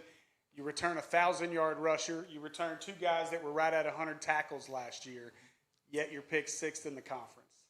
What's your mindset? Talk about that going into the year. I can tell you my mindset on it. I tell the kids all the time, Hootens, I don't blame Hootens because Hootens don't set the rankings. Those rankings that you get in that Hootens book, that's what's voted on by the coaches in your conference. So what you see is what they think of you. And, you know, that's our approach when we go into that, to practice, into our minds, into our focus areas, into our mindset. We think about, you know, those rankings, that's what people feel about us. You know, so ultimately we beat those teams last year, but they still don't respect what we've done. So in order to earn respect, you have to do it on the field. And you have to do it consistently. It can't be a one-time thing because you do it once, they say it's a fluke. You do it twice, then it's for real. So we have to come back and make sure that we focus back in on what we need to do, and we do it again. You know, we're not ducking any smoke. We're not ducking any smoke. We're coming for it all. You know, there are several games that we kind of let slip through our fingers, Dumas being one, where we had 2 fumbles right there at the end on the 1-yard line and ended up losing that game. Drew Central, Jay Arley went down, I think second, third drive of the game, broke his ankle. That's the totally different dynamic. That game changes totally, you know, before he goes down. So, you know, those games like that, things like that slipping through your fingers, that kind of puts us in the mindset that we can compete with anybody if we come out and take care of business. Yeah, I'd love to hear from the players too, following up on that. Just, I mean, obviously you guys took care of business against these teams last year, and so being picked behind them, what's the motivation going into this year and you're doing in practice over the summer to get ready to prove folks wrong? I say it's definitely the doubt. You know, like going into the Fordyce game, we came off a loss the previous week and we went in that game missing 4 of our players and had to make an entire new offense in 2 days. And we went to Fordyce, we didn't really have anyone in our stands, and Fordyce also had to cover their players out. But the team they had was the team they had against previous teams and blew those teams out. But we came there, we played them, and we had beat them, and that really gave us motivation. You know, like, we're a small team, but we're united. You know, I say we're versatile like a platypus. You know, we can do many different things. We can put people inside different positions, and they execute. You know, that's how I feel. I was only able to play 4.5 games, so just coming back, showing what I can do, trying not to sandwich all my feelings into one. I'm just trying to go out there and show expectations. Honestly, I just feel like, you know, we always been underestimated, but we really have a magnificent team, and if we put our minds to it, we can do anything, you know. And worried about what other people thoughts on us, that's irrelevant, you know. Coach, I kind of want to talk to you not just about football, but as a man as well. I mean, you're leading young men into the next chapter of their lives. I mean, you talked about Eudora. I mean, I've driven through there a lot because my granddad actually owned stores in Eudora, Lake Providence, Louisiana. But being in such a small community like that where a lot of people, men, women, and children, stay there their entire lives, how important is it for you as a coach to make sure these guys stay strong as young men to get to maybe the next level, not even playing football, but to college and then their eventual lives and careers? That's extremely important to me. You know, my goal is to show them that you can have a good life even if you're in this area. And you can have a good life by doing things the right way. You know, you don't have to do things wrong in order to have what they call the good life. The good life is what you make it. If you're doing things the right way, treating people right, being loyal, showing your love, loving people, and trying to be an example of Christ, trying to be the example that people will see. You want to be that light. And if you can do that, and you can do things right, make good decisions, and then if you make the wrong decision, which will happen at some point in time, we will do things wrong, we will make mistakes, because we all fall short, being able to take accountability, own up, and then try not to make that mistake again. So, you know, I take pride, and Coach Tony as well, we take pride in being there to groom the young men in our communities. It's what we do. This is indeed a calling for us. I want to talk to the players a little bit now. The last time your school was in the playoffs was 2021. What does it mean to you guys to possibly be that next generation of Beavers that starts the trend of excellence as you know, at Beavers? I think that we're all ready. Lakeside has been a school that always has talent, but has never executed that talent. You know, and this all comes down to discipline. I feel like these past year we've grown slowly. We've grown slowly with our discipline and just doing the small things right. And that's what really gets you the win, especially going into the playoffs. And I feel like this year is our year to just put it all together. We're trying to make playoffs an expectation, not like a dream. We're just trying to do what's right and get there. For me, it's exactly as Dylan said. You know, over the years, we've been close. Last year, we was close. But the main thing that stopped us was the little things.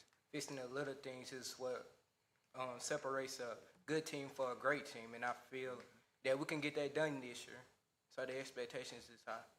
Coach, talk to me a little bit about the flex bone offense. I mean, usually when you see in high school football, you see the air and outs, you see the throwing the ball. Talk to me about how the flex bone is a mental game versus a skill game, if that makes sense. The flex bone for us, when we installed the flex bone, prior to that, the previous coaching staff was spread.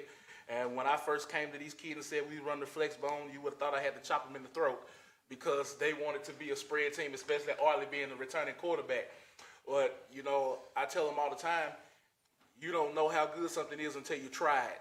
And then when we started experimenting with it during the summer and started executing on it and started making plays against teams that would normally just destroy us on all fronts, we were able to have some success. But I pride us on being multiple because, like they said, when we got ready to go into Fordyce week, we had both of our starting quarterbacks out. Arlie was out with a broken ankle. The other kid, who was a senior last year, who was the quarterback, he was out, had some demo work done, so he was out that week. So on Wednesday, we put in the single wing and played Fordyce on Friday.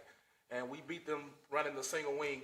And we pretty much stayed single wing for the rest of the year and ended up beating a couple more teams running the single wing. So this year, we're flex bone, but we're multiple.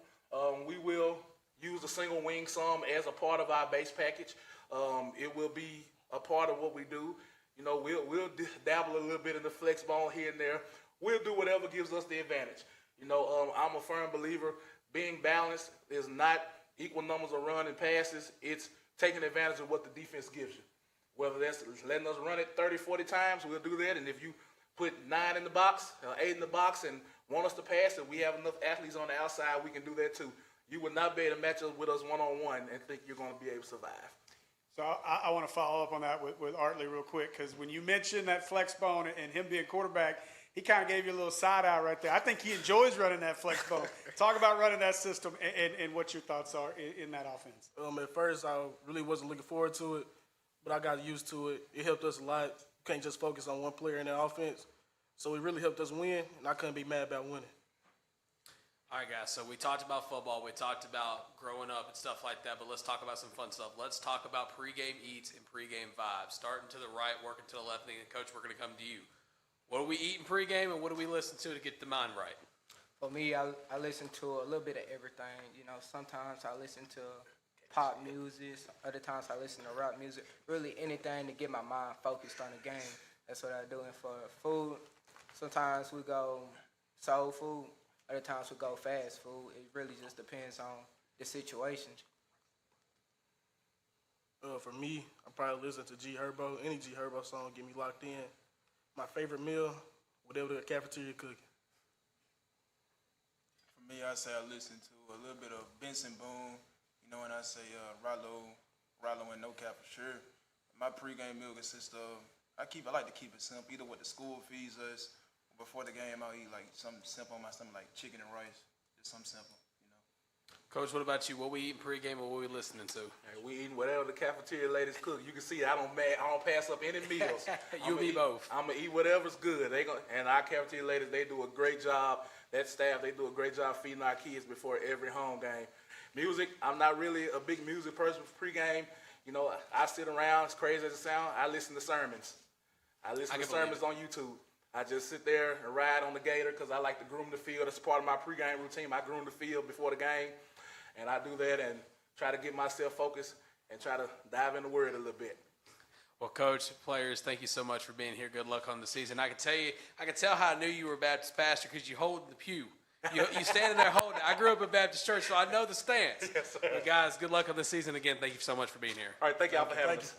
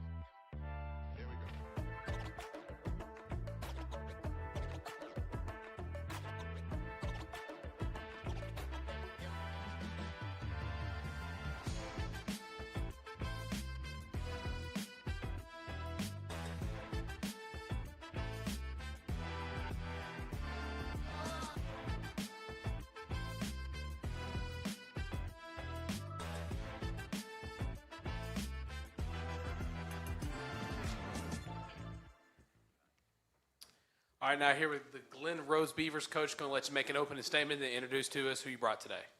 Okay, I'm Coach Brian Weatherford. I'm super excited about being here. Thankful that you guys are doing this for high school football. It's amazing. I can't go any further without thanking my Lord and Savior Jesus Christ for all the opportunities that He's given me, my family, these kids. I just can't thank Him enough for saving my soul. But down here at the end, we've got Leighton Baldwin, 3-year starter on defense, and he might as well have started on offense too. 3-year starter at weak inside linebacker is Ace Best. He probably eats the most peanut butter and jelly sandwiches of anybody in the field house. Got Gage Hood, laser rocket arm on his shoulder over there. 3-year starter at quarterback. And then Riley Cox, he is a 4-year starter on the D-line and 3-year starter on the O-line. And we're super excited to be here. We're super excited for Glen Rose football, expecting a great year. Again, the expectation is always to make it to the state championship game.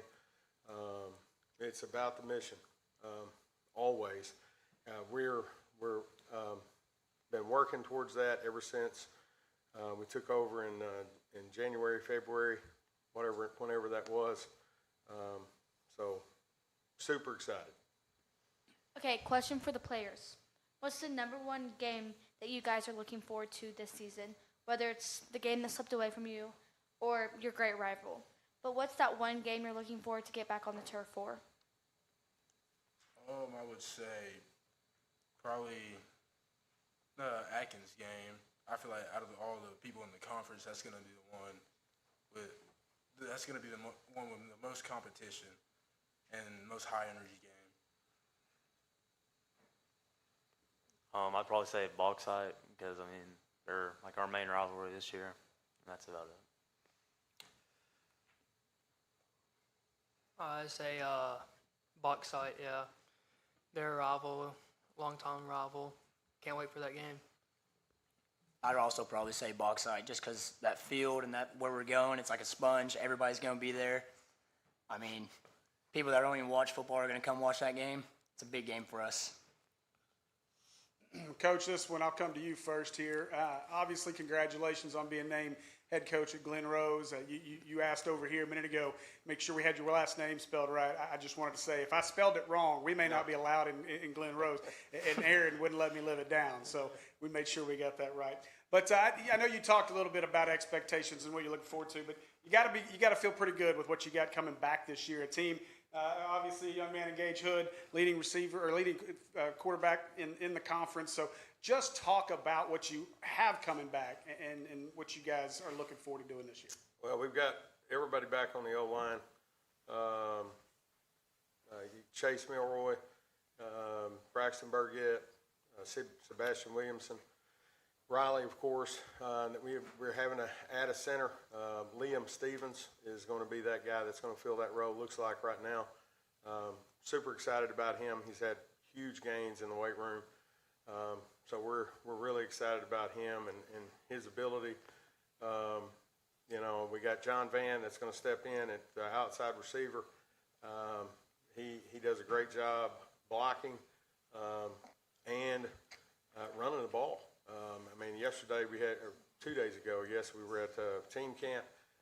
Gave him a jet sweep, and he winds up taking it to the house.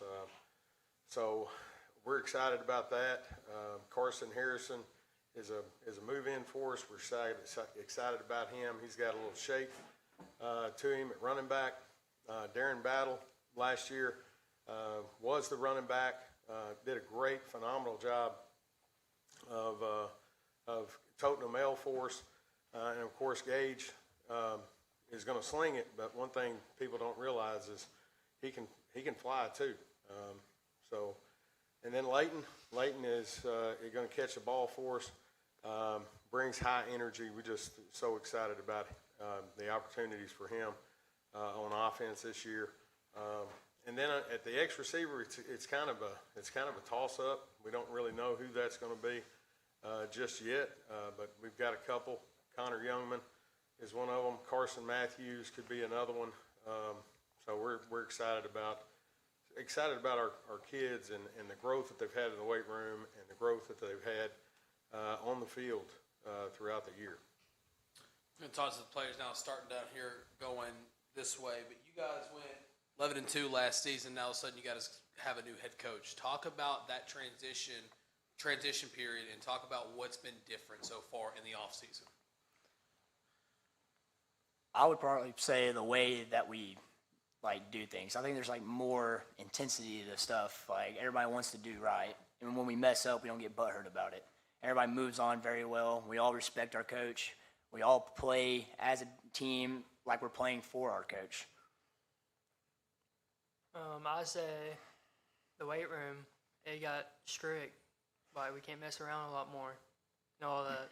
And we build as a team in the weight room.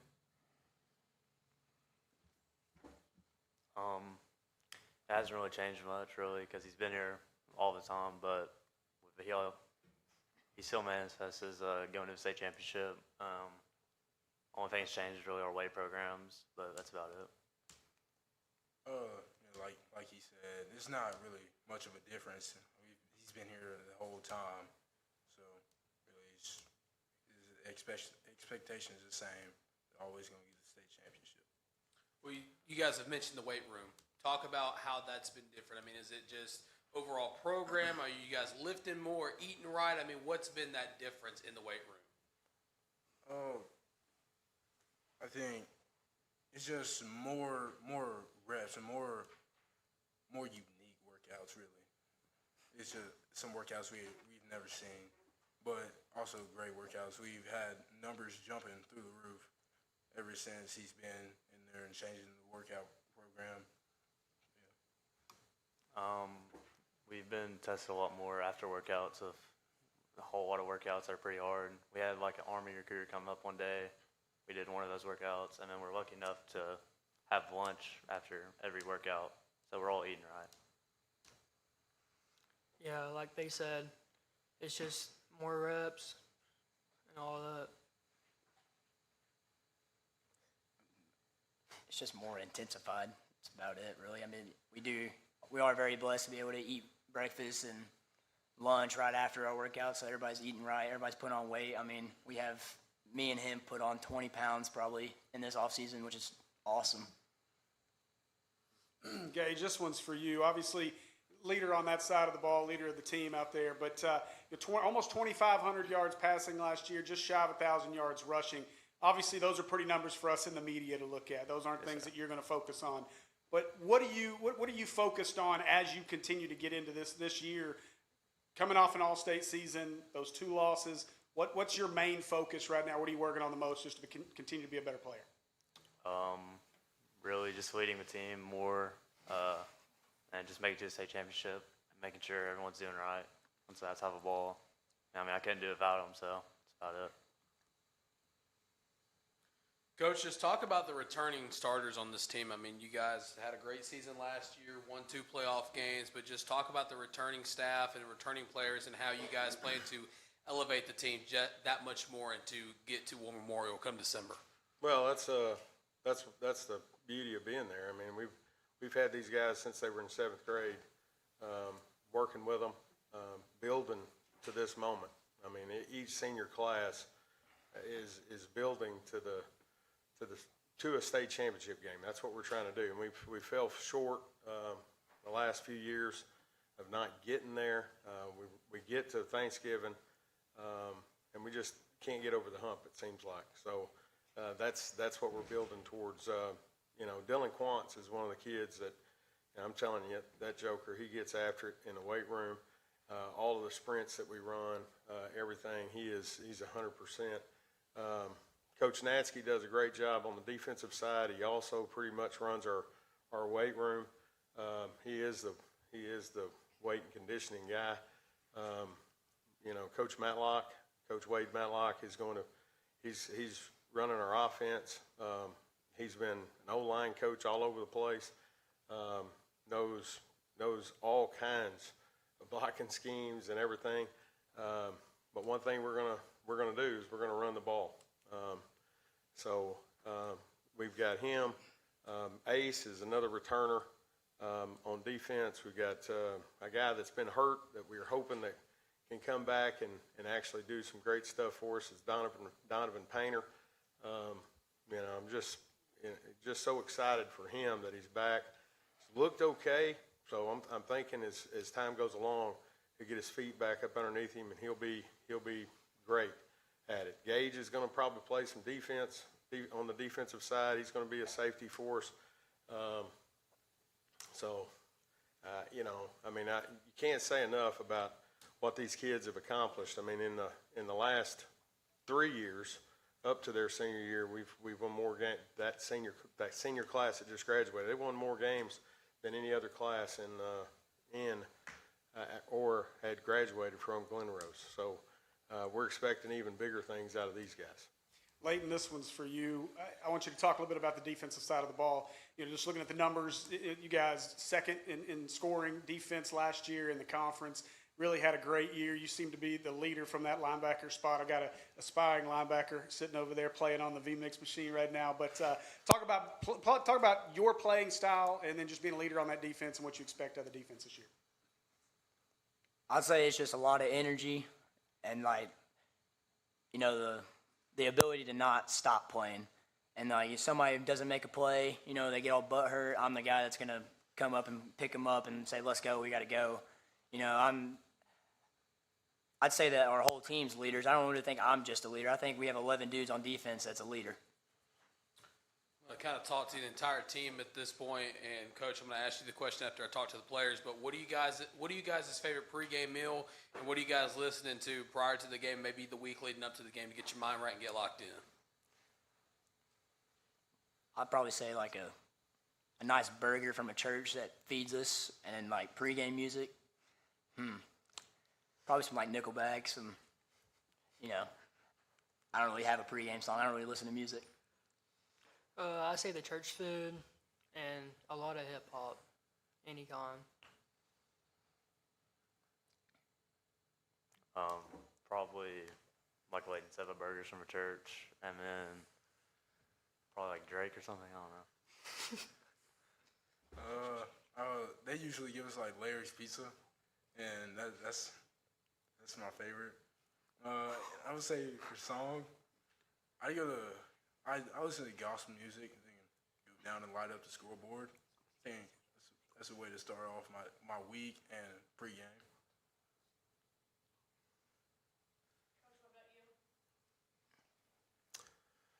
I'm an old school guy. I'm old school rock, Bob Seger, Van Halen, kind of stuff. Hey, Nickelback's not bad.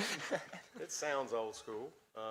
But all our churches in the community, Fair Play, Rayburn Creek, I'm going to leave one out.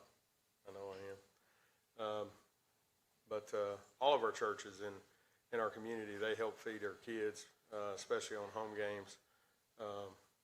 Glen Rose Missionary Baptist Church, all the churches there, they really help us take care of our kids, and we're so excited about them too that they get that opportunity to help with the program. But me, as far as eating, I'm probably a wood grill guy. We go to Wood Grill. They do a great job putting the feet on. We hadn't been in a few years. We're going to try to start that back. So there'll be a couple times that we go to Wood Grill. Well, Coach, players, I want to thank you so much for coming out and being a part of Media Day this year. Good luck on the rest of your season. Sir, thank y'all. Before we get going, we just want to say thank you to our sponsors.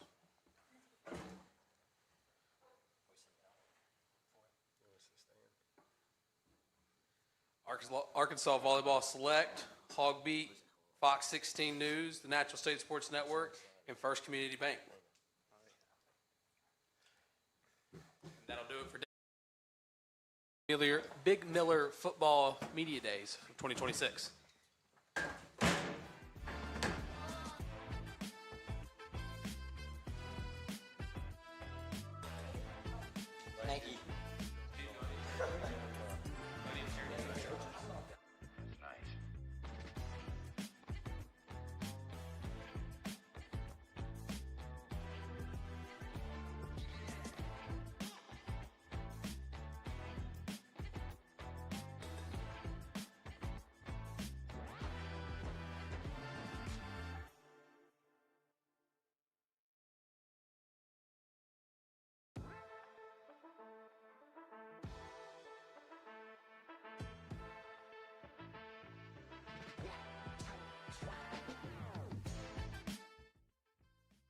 Arkansas Select Volleyball Club focuses on personal and athletic development of our student athletes and creates a safe, positive, and effective learning environment in which student athletes strive to achieve individual excellence within a team dynamic. We view the volleyball court as our classroom, transformed to teach lessons of character, discipline, respect, responsibility, accountability, commitment, leadership, work ethic, teamwork, courage, integrity, communication, the importance of sacrifice and sportsmanship, plus many other important values on and off the court. Search Arkansas Select Volleyball online or visit our Facebook page, Arkansas Select Volleyball, to find out more.